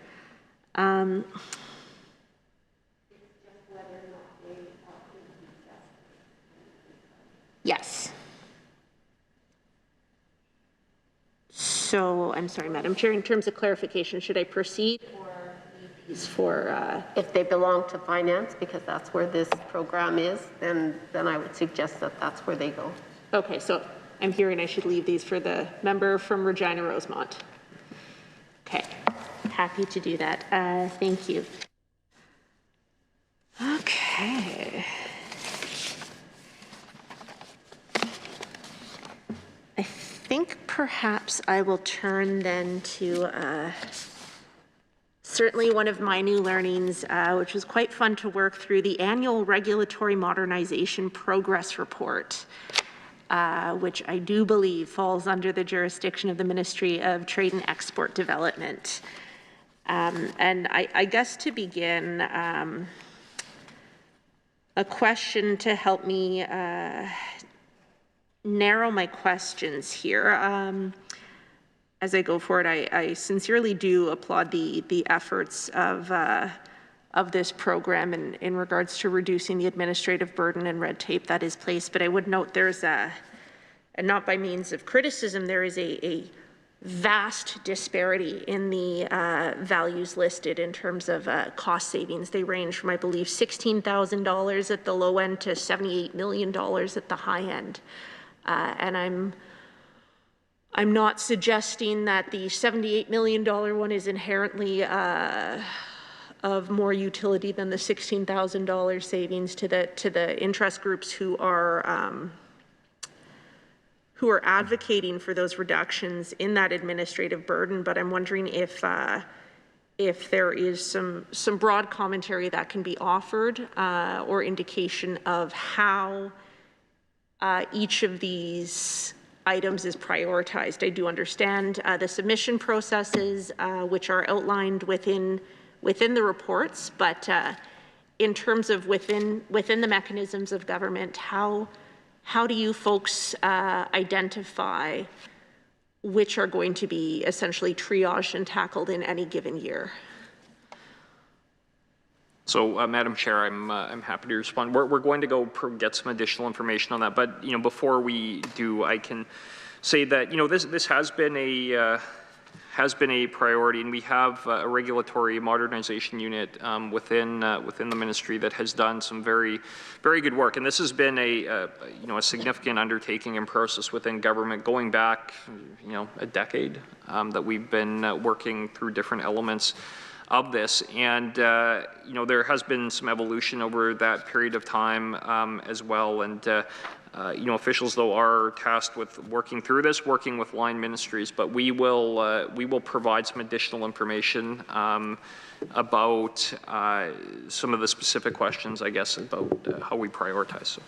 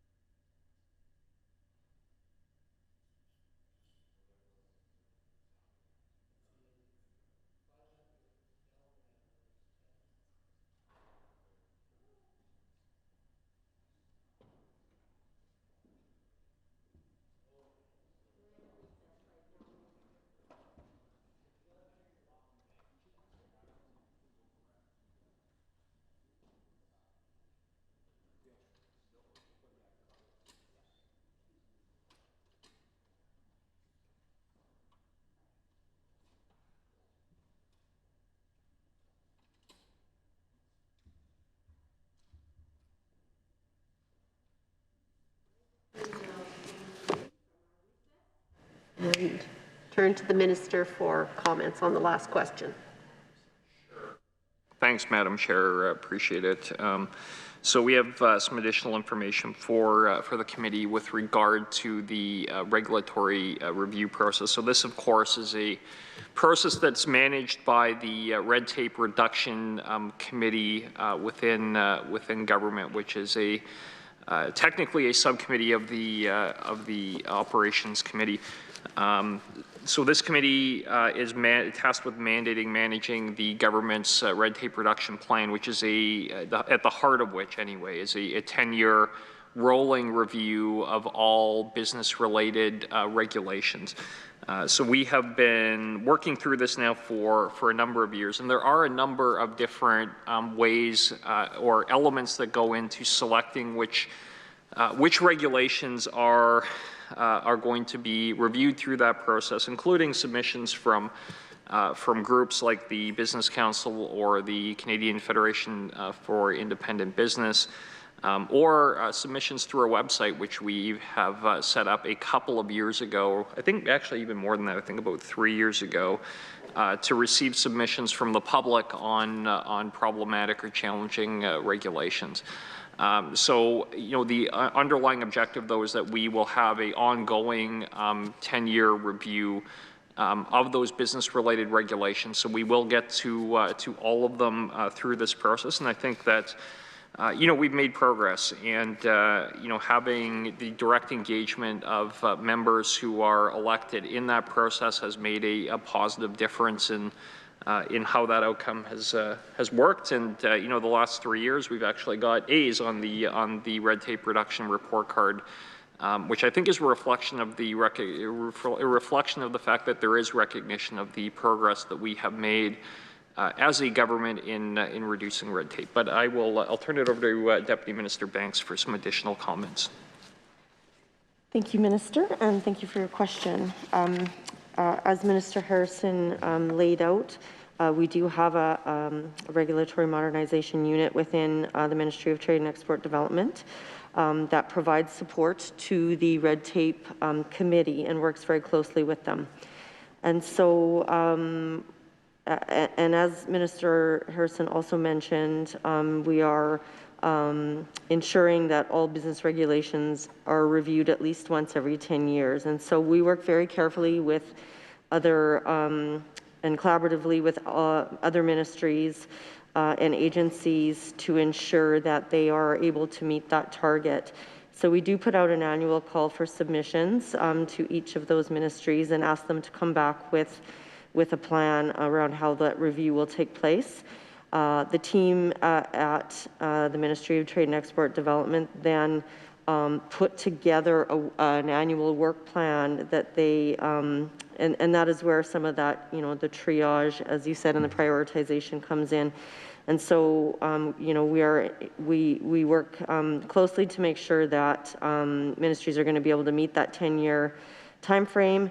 We you know, provide support and help to make sure they understand what's required in those reviews, and then we put together the work plan. We also include any other red tape, I guess, irritants that are brought in any other way. So, and those can then be also added to the work plan. And so Minister Harrison mentioned the Help Cut Red Tape website.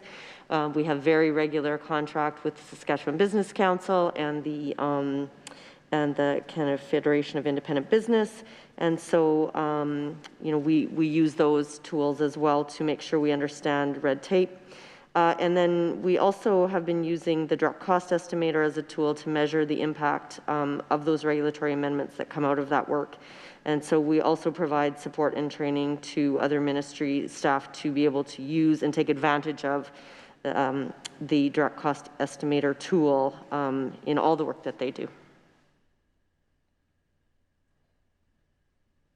Thank you, Deputy Minister. A follow-up question in regards to the regulatory reconciliation and cooperation table, which, as I understand it, is a federal table at which provincial jurisdictions are working collaboratively to reduce interjurisdictional barriers.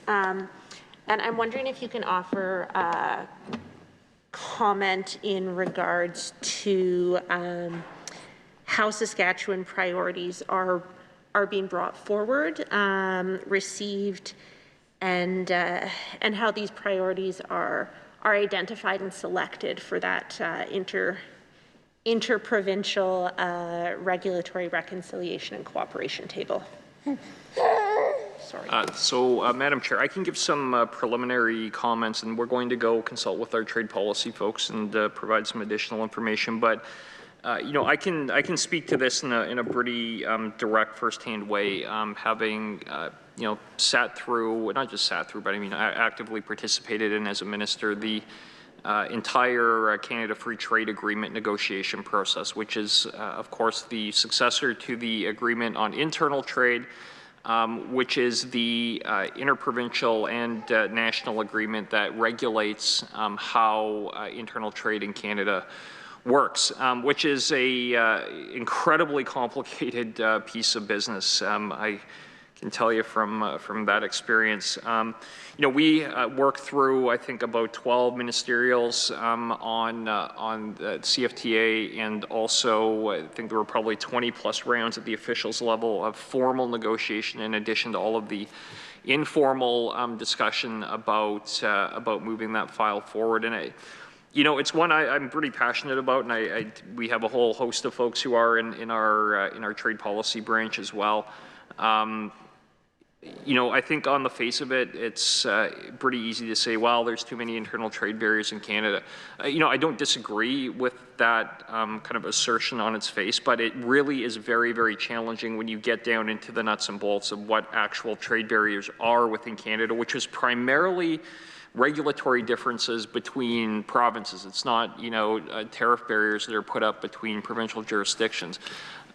It's very, very detailed differences in regulations seeking to do, you know, in many cases similar things, but through different means. And, you know, for rightful reasons, provinces are reluctant to, you know, cede any sort of authority in the process of designing regulations, which are different and differently suited for each province, and I think rightfully so. The challenge is, how do you get to a point where there's either, where you have harmonization, if not, you know, or at least mutual recognition of regulation, if not harmonization. That's kind of where you get to. But the table itself was set up as a part of that CFTA process, which I would add we were the catalyst for having that set up, and I'd give our folks, Bob Donald as an example, who did a lot of work on this, setting up this process so that we could actually get to that really granular reconciliation process of regulations specifically that had a challenging impact on businesses operating interprovincially. You know, as far as kind of the latest, there's been a lot of work that's gone into alcohol, which is always the one that, you know, people pay attention to. There's a lot more than that, though, as far as the table itself, and we, you know, can't have, you know, 20 different regulations that we're trying to reconcile at any given time, but we do have a number that we're working through at any given time, and that's what we're going to go and find some additional information to provide for the committee on. So.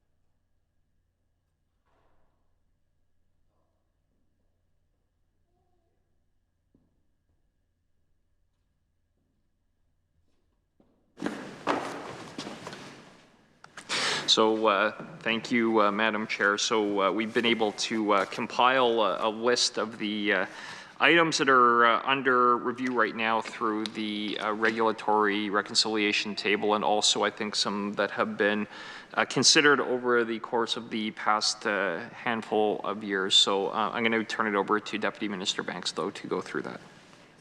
Thank you, Minister. So, you know, in response to the original part of the question, at the Ministry of Trade and Export Development, we have our Assistant Deputy Minister, Cami Colpitts, who sits and represents Saskatchewan on the RCT table.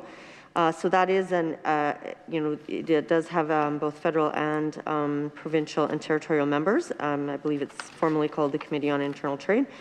And so, you know, we have an active participant in the group. So she works very closely with ministries and agencies, and you know, brings a list of priorities, as the rest of the provinces do. And then I would just also add that the RCT also consults directly with stakeholders to also get input into what those priorities are. And so,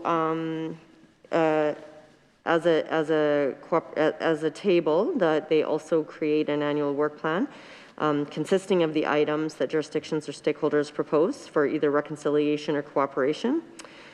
Each of the work plan items is then assigned to an existing or new working group that includes subject matter experts from each affected jurisdiction.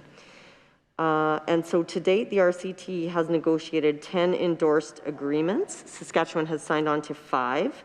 And these include the weight allowances for wide-base single tires, the National Occupational Health and Safety Agreement, the CRN for pressure equipment, updates to construction codes, and the extra-provincial territorial corporate registration and reporting. So those ones have been concluded. Saskatchewan also leads the work plan item for food inspection, meat inspection, and truck driver certification, which is around entry-level training, and has successfully led 2 working groups, including what I mentioned, the construction codes and corporate registration, to resolution. There are additional items that are also being worked on an ongoing basis. Some of them have taken a little more time, and those include financial services, alcohol, including the direct-to-consumer aspect with that, cannabis, procurement, and labor mobility, just to name a few. Thank you, Deputy Minister.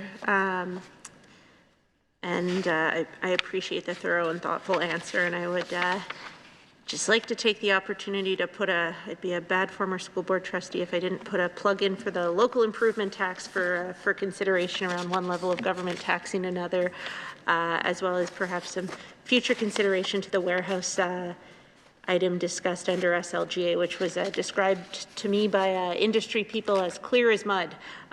So for future consideration. But I do appreciate the answer. And moving on to some of the incentives, I'll begin with the manufacturing and processing exporter tax incentive, which, as I understand, provides rebates for incremental employees or additional head office employees, and was recently extended to 2022 as of last year, I believe. So I'm wondering if you can provide information to date how many incremental employees have been added because of this. And again, the same question for additional head office staff. And I guess I'm quite curious, year over year, what does this look like in terms of COVID impacts and for this last year moving towards 2022? Madam Chair, we're going to collect that information, and we'll return to the committee with what we collect.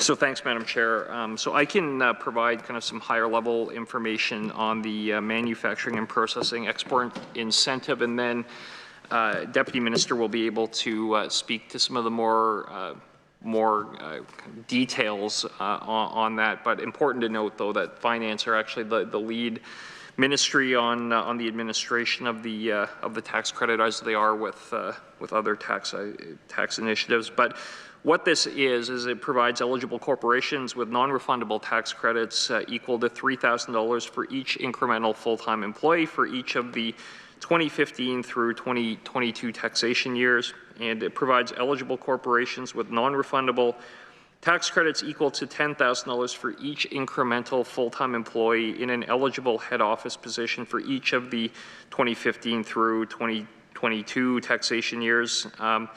And in total, I think we paid about $5.4 million to date. But I'll hand it over to you, Deputy Minister. Thank you. So since inception, that includes the 2015 to 2019 taxation years.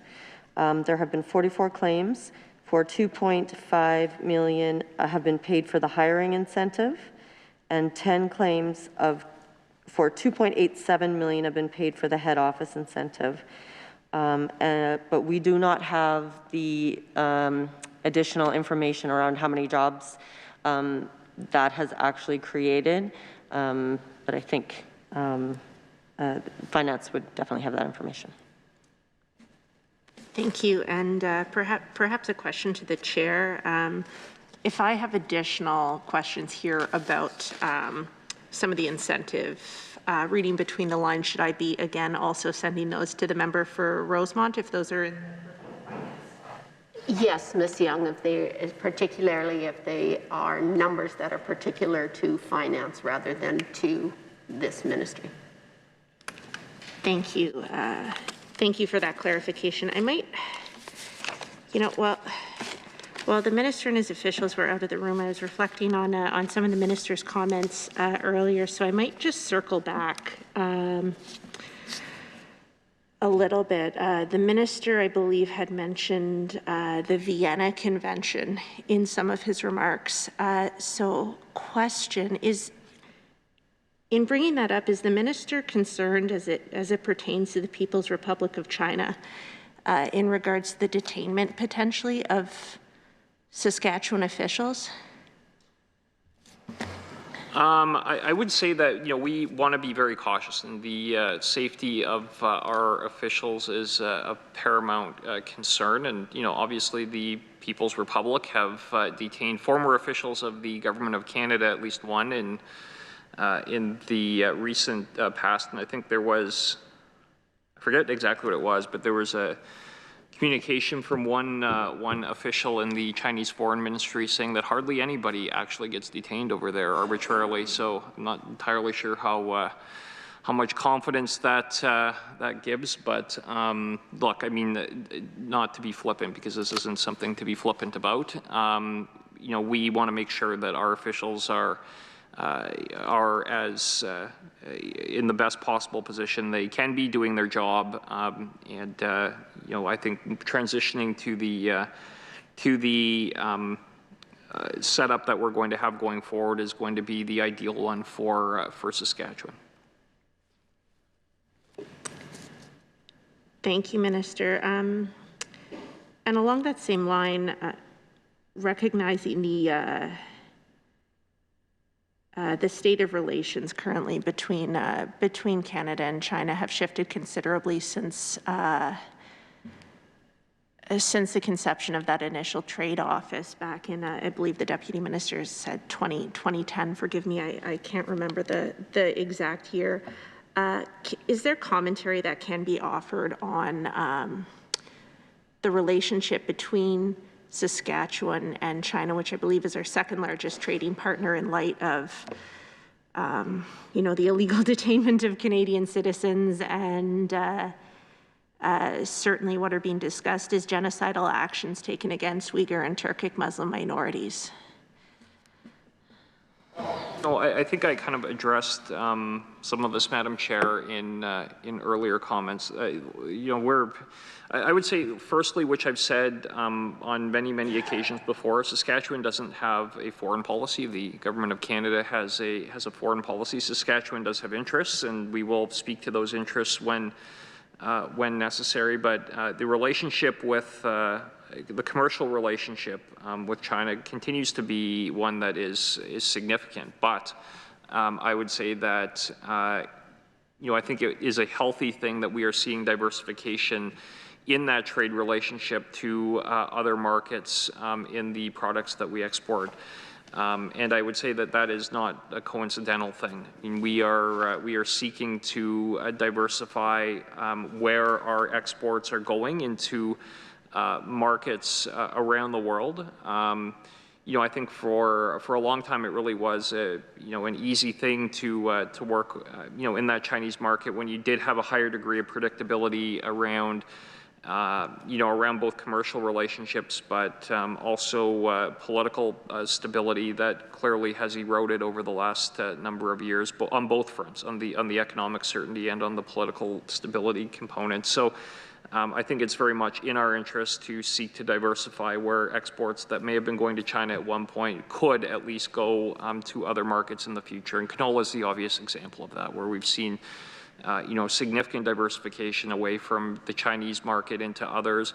And it's really it really is a remarkable story, actually. And I think Jody can speak to it better than I. To kind of go from the volumes that we were exporting into China, which are still, significant on the process side, but to have almost immediately the shift away into markets where we weren't exporting before, it's really a testament to the work that the companies that are in this space have done. And a lot of cases that was market development work in addition to commercial work that was being done. So it was something that when that first happened, very real concern that we were going to see a significant decline in the global price in a long-term fashion of canola, and that never happened. In fact, I think we're probably as high as we've ever been right now. We're close to it. And that is largely a reflection of the fact that we've seen increased growth outside of that Chinese market. Minister, and you spoke about that changing predictability in that certainly in that diplomatic relationship, but also in the economic relationship. And considering, Saskatchewan's economy, and the government has indicated, has made it clear they've made some shifts, such as excluding Huawei from our 5G network, would be certainly one of the more public decisions that's been made. Have there been further decisions or actions taken to protect the remainder of kind of critical telecommunications or business infrastructure in the province as it relates to PRC? I'm sorry, I didn't catch the entire question. I'm not sure if maybe we should take a minute to go consult. I heard on communications infrastructure that really is not anything we have to do with, but we will be back in a moment.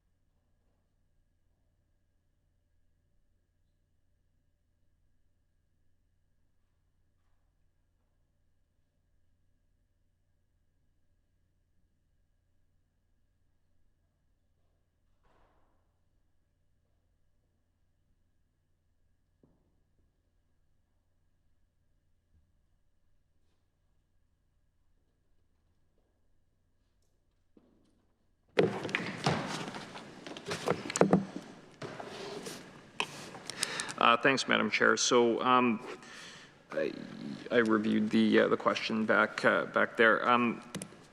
And Jody will have some additional comments. But I mean, when it comes to regulation in the telecom space, of course, it's entirely federally regulated. SaskTel, though, obviously made a decision to go forward with other suppliers than Huawei.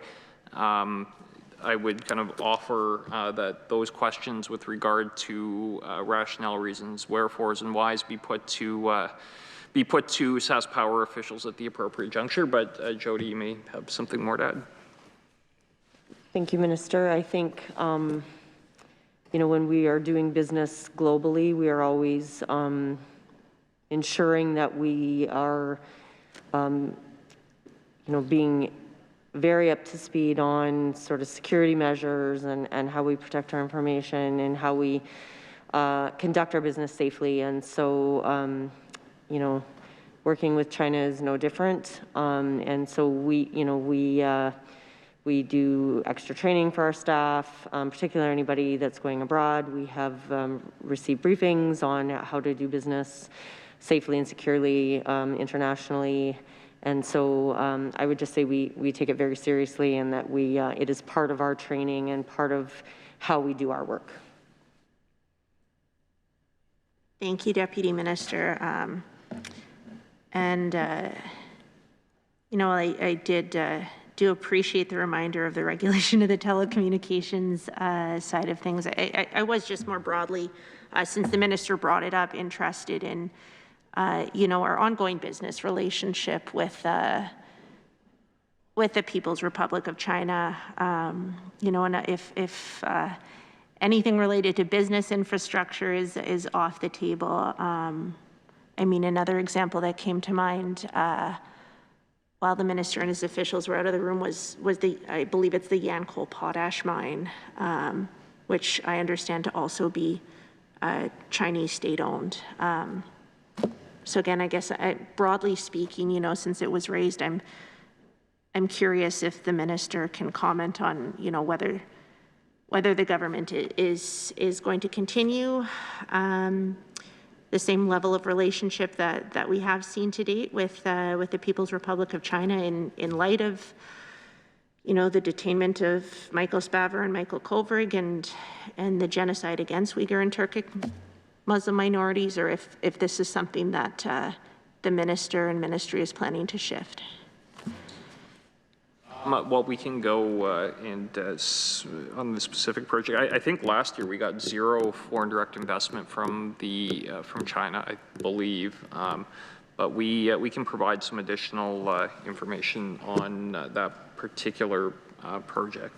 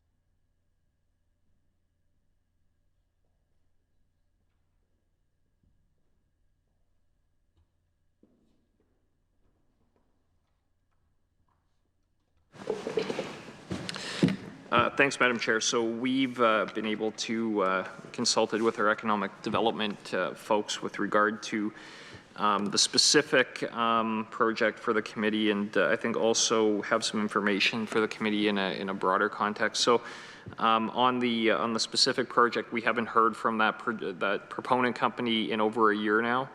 And our understanding from public sources is that Chinese state-owned enterprises are not allowed to or have been directed to not invest into the Canadian market. So as I said in kind of my initial response, there has been no Chinese investment in Saskatchewan in at least the past year. And we haven't heard from that specific company. So I'm not sure, Jody, if you have anything more to add. I think that should cover it.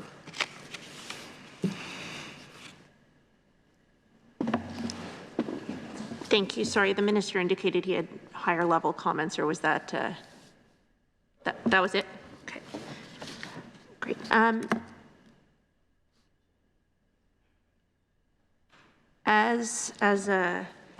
As COVID-19 continues to move forward, can the minister or his officials share any indication of plans or programming that they will be putting in place specifically going forward? An expansion perhaps of programs offered for hard-hit sectors that are still struggling. You know, of course, the top of mind ones would be the restaurant and tourism sectors, and I do note other jurisdictions have taken advantage of some of the tools of government that they have in their tool belts to offer, you know, local dining tax incentives or further initiatives for tourism, festivals, performing arts. We will go have a brief consult that kind of cuts across a number of ministries, but we will return shortly, being mindful of the short time for response. So.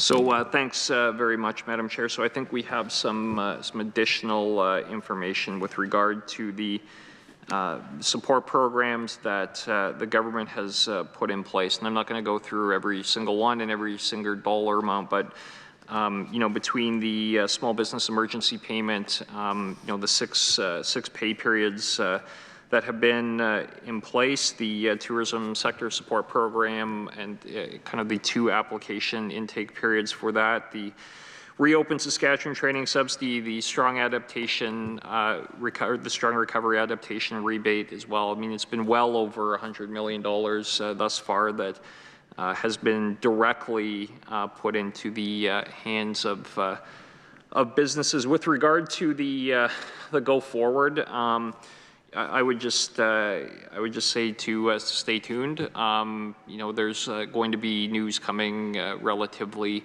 soon with regard to supports in the immediate future. So that's I'm not going to make an announcement here right now, though. Thank you. And in regards to STEP, I'm wondering, I guess, with my last question. Actually, no, that'll likely require an absence from the chambers. I guess a high-level question then. In regards to trade missions, I understand these are scheduled well in advance. Certainly, the premier's foreign trips and likely the ministers as well. I would imagine, and I'm wondering if the minister is able to indicate how many have been tentatively scheduled for the next few years. You know, the short answer is that I really can't give an answer, just given the dynamic circumstances of the pandemic. You know, I would say by way of a statement of principle that we would like to embark on international engagement missions when we can, but that is still unclear as to when that's going to be. But you know, that's going to continue to be a priority, and I've said that before in front of this committee and elsewhere. That's going to continue to be a priority for both the Premier and for the Minister and our senior officials to engage at that international level. There really is a great benefit that has accrued to our province from doing so, particularly given the fact that we are just such an export-based and oriented economy. But see it being past the time. Maybe I'll just say my thank yous and I'll turn it over to you, Madam Chair. But I do want to thank you, Deputy Minister Banks. Really appreciate you being here today, and all of our officials on the line behind the House who have been really engaged through all of these last 4 hours. So I want to thank them for their time and their time on a Saturday away from their family as well. And of course, all of the members of the committee for being here, and all of the staff and Hansard and LAS and building security and all the rest that make it possible for us to do these meetings. So I want to just say thank you. So having reached our agreed upon time for consideration of these estimates, we will adjourn consideration of the estimates for the Ministry of Trade and Export Development. And Ms. Young, if you have any closing remarks you'd like to add as well. Minister, will you be changing officials for dealing with Bill 29? No? All right, so we can proceed right into that. So we will now begin our consideration of Bill 29, the Supporting Saskatchewan Restaurants Act, Clause 1, short title. And Minister, if you have any opening comments before I open it to questions. Madam Chair, I will have some relatively short introductory comments that will be similar to the second reading speech provided. Of course, I've introduced officials already, but Deputy Minister Jody Banks, Chief of Staff Richard Davis, and I am pleased to be here to discuss Bill 29, the Supporting Saskatchewan Restaurants Act. Our government has been working with the business community very closely throughout the course of this pandemic. We know the economic challenges caused by COVID-19 restrictions have had a significant impact on businesses in the province, and particularly to the restaurant sector. On March 28th, an emergency order went into effect capping the amount food delivery service providers can charge restaurants. The emergency order expires on April the 30th. Prior to the caps being introduced last month, rates for delivery services were as high as 30% or even more in some cases. Restaurants would normally bear these costs because delivery makes a small percentage of sales, and they made this investment to ultimately get more people in the door. However, these are certainly not normal times. Restaurants have shifted their businesses to pickup or delivery services to meet public health restrictions impacting profit margins. This legislation extends the cap on food delivery fees from May the 1st until August the 31st. The caps in legislation remain the same as those in the emergency order. Under these caps, food delivery service providers can charge a maximum of 18% of the order price for the services that include delivery. They can charge a maximum of 10% when restaurants use a third-party ordering app, but consumers pick up the order themselves or the restaurant fulfills the delivery. This applies to delivery service businesses that provide services to 50 or more restaurants. These caps mean more money remains with restaurants. It acknowledges the major shift restaurants have had to make in response to public health restrictions and changing consumer preferences during the pandemic. The Act also provides further clarification to existing emergency order provisions. It clarifies that caps apply to pre-PST order prices and caps only apply for delivery services offered to restaurants that usually would offer dine-in facilities.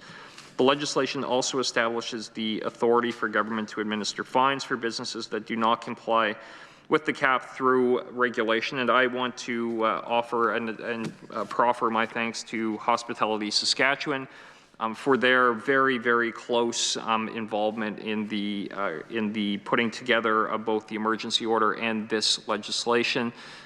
This is exactly what they are asking for, and I can table a letter from Hospitality Saskatchewan CEO that will reflect that this is exactly what they are seeking and are very comfortable and beyond comfortable are very, very thankful for being able to move forward. But I want to thank them because they are the voice of restaurants, and this is what they came forward to us with, and we worked very, very closely with them over the course of a period of time in putting this together, and they really deserve the credit for this. So I want to thank you, Madam Chair, and happy to take questions and move forward on this legislation. And I would say as well, we look forward to this moving through this stage, and there will be a discussion between House leaders on how we can move this forward in an expeditious way in the House as well. So thank you.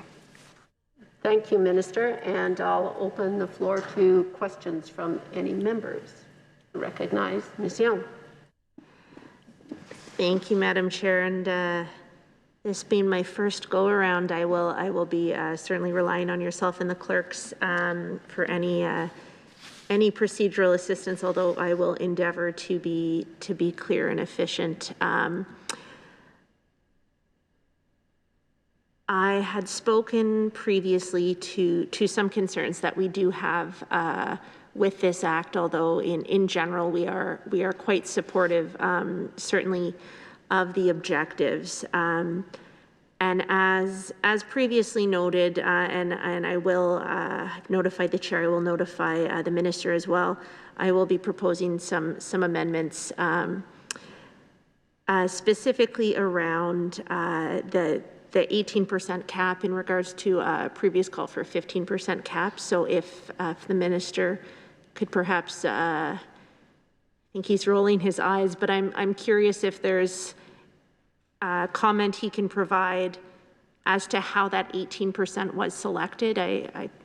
We have seen inconsistency across other jurisdictions. Some have landed on 15, some have landed on 20. So I'm wondering if he could speak to any conversations that he had, certainly with sector partners, with third-party delivery app providers, as to how that 18% was arrived on.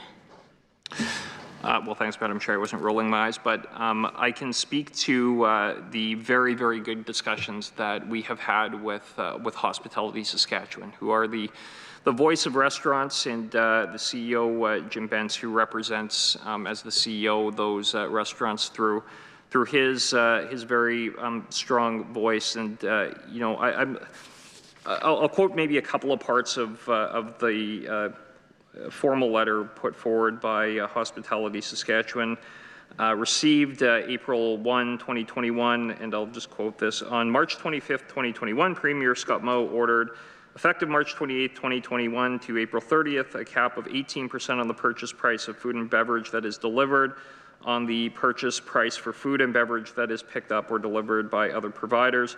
This announcement was extremely well received by the restaurant industry and demonstrated the government's continued support of the sector. This cap allows operators the opportunity to reduce expenses at a time when it is so desperately needed and use these savings to reinvest in their businesses, staff, and increase protocols. As restaurateurs enter their busiest season, we are hopeful this cap will enable operators to continue revenues and offset some of the significant losses they have suffered since the beginning of the pandemic. They are now depending on summer and patio revenues to prop up their operations to survive the indoor dining of Saskatchewan's winter months. Please accept our thanks and appreciation for the decision to cap these commissions, and we would like to request further consideration that the commission cap be extended to August 31, 2021. So, I mean, the consultation was with Restaurants Saskatchewan, which represents the restaurant industry, and it's a reflection precisely of what they asked for on the 18% cap. Thank you. Just one further question on that. I believe the quotes presented occurred after this had been announced. And so are a reflection of the announcement as opposed to any prior consultation. No, that's incorrect, Madam Chair. The letter was received prior to the bill being introduced. Thank you. My apologies, my misunderstanding there. And in regards to any conversations that happened with some of the large third-party delivery apps, can the minister offer any comment whether those conversations did take place? There were some discussions that happened primarily in informing the third-party delivery apps slightly in advance of the introduction of the legislation would be introduced. Thank you. Two further questions from me. The next is in regards to 3.2. I've raised some concerns about this previously, and I believe I voiced these also on the call with the ministry officials, who I do want to thank again for that technical briefing. But to me, this does seem like a bit of a mile-wide loophole for to essentially allow for third-party food delivery apps to add a surcharge, as we've seen take place in other jurisdictions. So I'm just genuinely really curious as to why this provision has made its way there, as it seems to me to simply exist to allow them to charge essentially a Saskatchewan tax. My understanding, and Deputy Minister Banks can speak to this, is that we have had no, the companies have not charged any delivery fee over and above, or they have complied with the cap and have not charged an additional fee. Yes, my understanding is that when we've had many discussions with the the large third-party deliverers, and when we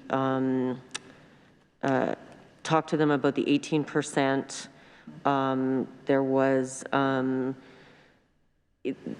BC, for example, where they went down to 15%, they did in fact add that additional service fee on. And so when we came in and said we would be capping at 18%, all of the sort of information we've received is that they do not plan to do so, although if they did plan to do so, we wouldn't, that would be between the businesses, I guess. Right, so again, I guess I'm not understanding, like this clause in the Act seems specifically to allow for that. Is that an accurate reading? I don't think so. I wish we. One additional clarification. Yeah, sure, Jody. Okay. Yeah, we can. So one other thing that they can do with restaurants is they can enter into agreements to do additional marketing or other services, and so this does allow them to do that.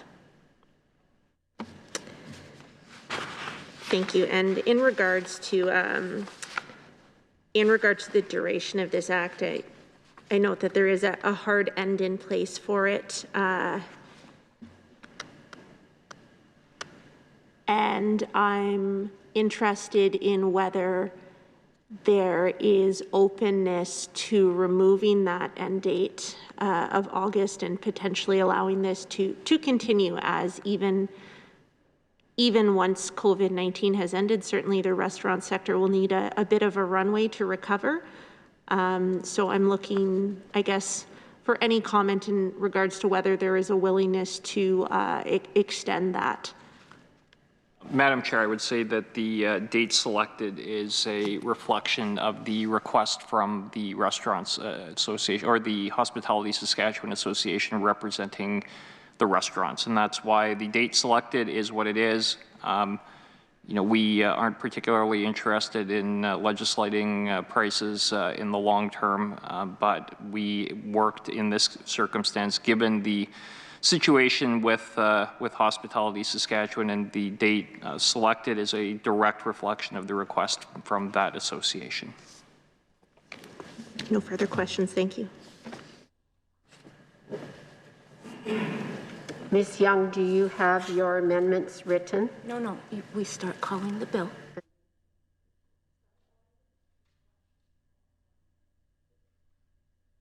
And then if no one speaks, say it.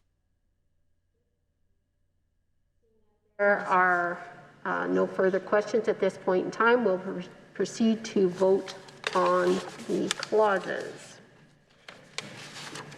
All right, so we have clause 1, short title. Is that agreed? Carried.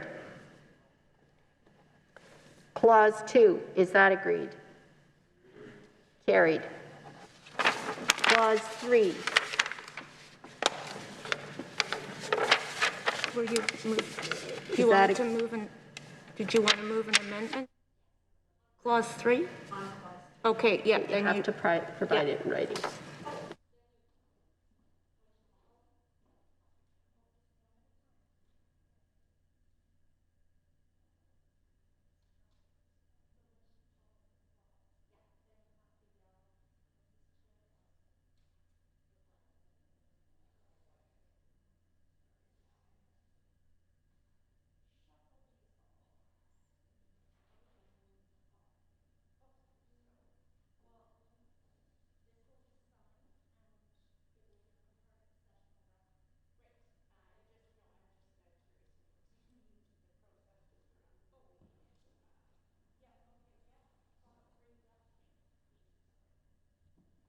Madam Chair, I would move an amendment to clause 3 of the printed bill. I move we amend clause 3 of the printed bill in clause 3(1)(a) by striking out 18% and substituting 15%.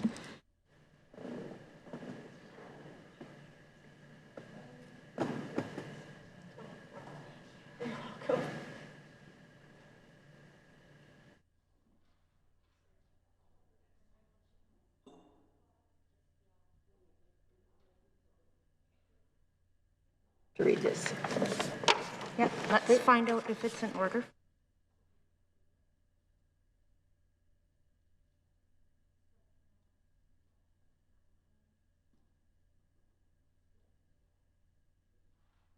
So now we follow this, yeah. Ms. Young has proposed an amendment to clause 3 of Bill 29 to read. No, our committee members. Oh, I have to read it. yeah, Right? read the amendment. Yeah. That in clause 3, we amend the bill to read by striking out 18% and substituting. I have to read the whole clause. Yeah, no, read this exactly though. Amend 3 clause. Printed bill, amend clause 3 of the printed bill in clause 3(1)(a) by striking out 18% and substituting 15%. Committee members. Committee members, is that agreed? No, are they ready for the question? Committee members, are you ready for the question? Yeah, you'll say, yeah. You, like, during the vote, after the voice vote. After then the you call end. for that, yeah. Okay, so seeing no Yeah. further questions. So there's no debate. Seeing there's no debate, Ms. Ms. Young Young? has moved an amendment To clause to 3. clause 3. Do committee Do members? committee members agree with the amendments as presented? Oh, go ahead.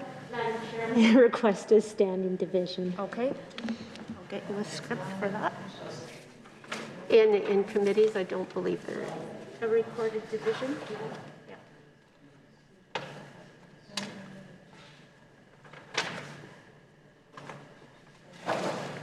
So,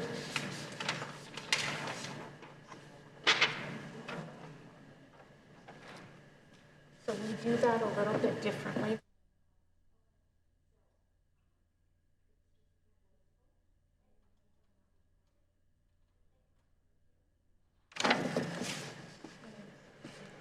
So, all those in favor of, all those in favor of the motion? No, the The amendment. amendment, please raise your hand.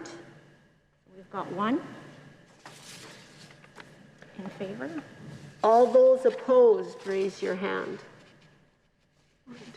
5. Yeah. The amendment is defeated. Yeah, number 5 to 1. The amendment is defeated. Just say 5 to 1. Just say 5 to 1. The amendment is defeated, 5 5 to 1. Good. So on this amendment form, now please.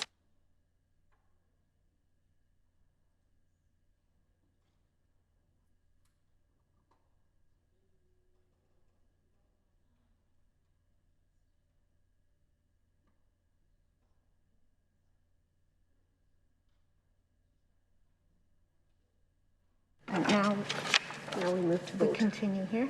The amendment is defeated, yeah.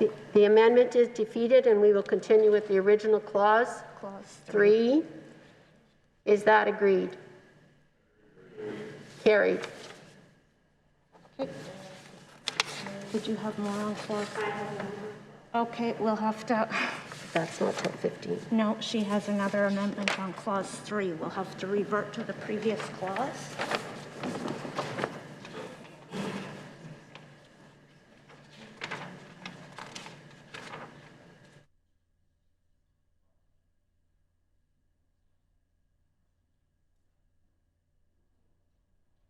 Or revert to clause 3 to move more on clause 3? Okay. Yeah, just, you have to call out right when We've you call already the carried clause, clause, if you wanna- but we've already carried clause 3. Good, yeah. We've asked for leave to revert to the For leave to revert to the previous clause. Is the leave granted? Leave is not granted, so we will proceed with clause by clause consideration.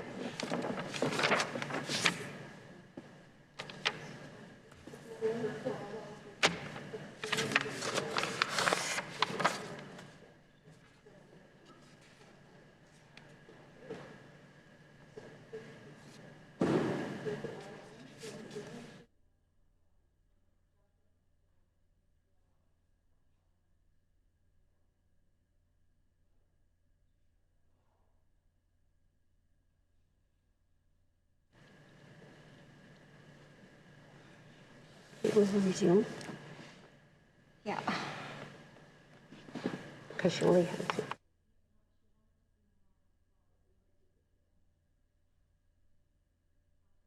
You resume. Okay. All right, we will resume voting clauses on Bill 29. Clause 4, is that agreed? Carried. Clause 5, is that agreed? Carried. Clause 6, is that agreed? Carried. Clause 7, is that agreed? Carried. Clause 8, is that agreed? Carried. Clause 9, is that agreed? Carried. Clause 10, is that agreed? Carried. Clause 11, is that agreed? Carried.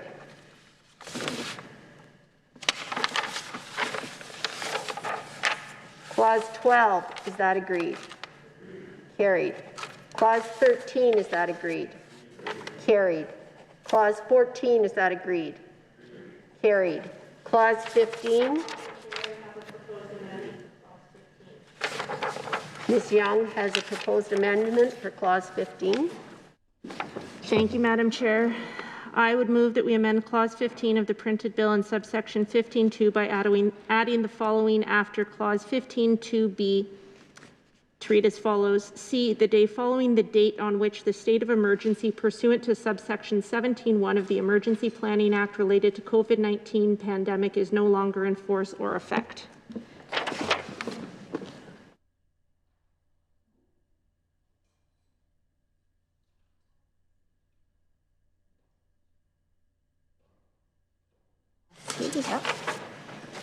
Moved by Ms. Young that Clause 15 of the printed bill amend Clause 15 of the printed bill in subsection 15.2 by adding the following after Clause 15.2b. C, the day following the date on which the state of emergency pursuant to subsection 17.1 of the Emergency Planning Act related to COVID-19 pandemic is no longer in force or effect. Yeah. I'll recognize the minister, please. Thanks. I would just put on the record why the government wouldn't support that amendment, because that will actually likely end this quicker than the prescribed date in the statute. By having it tied to the length of duration of the emergency order, which is not which is not a prescribed time period when that ends, it could very well end much sooner than the August 31 date for restaurants. So I don't think that that's necessarily what we are going for here. We want to provide certainty for the restaurants, and they will have certainty that this will be in place until August 31st. So that's the reason we won't support this. I don't know if she'd like to say anything. Ms. Young, would you like to respond or say anything further? You know, I think I've covered it off in my comments before. I did have a further amendment which was related to that, but unfortunately it is in Clause 3 of the printed bill. So I assume those comments would be out of order as they relate to a previous clause. Because it's already been voted off. Do committee members, seeing no further questions or comments, do committee members agree with the amendment as presented?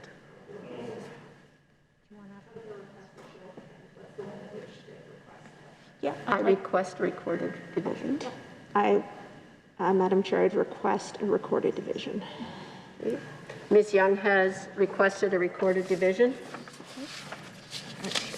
You need another paper.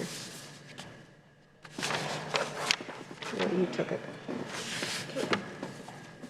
Oh, sorry. Sorry. Okay. All those in favor of the amendment, please raise your hand. I note one. Do we need to put in here the clause? No, just right. We're just. Okay. All those opposed, raise your hand. We have 5. The amendment is defeated 5-1.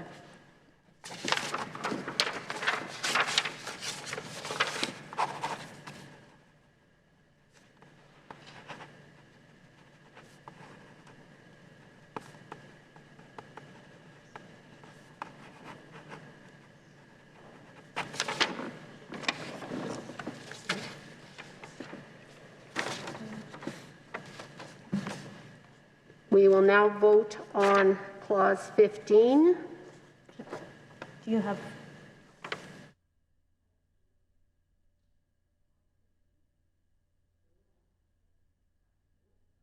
No.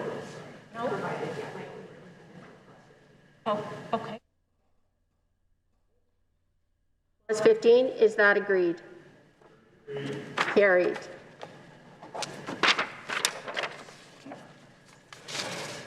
Her Majesty, by and with the advice and consent of the Legislative Assembly of Saskatchewan, enacts as follows: the Supporting Saskatchewan Restaurant Act.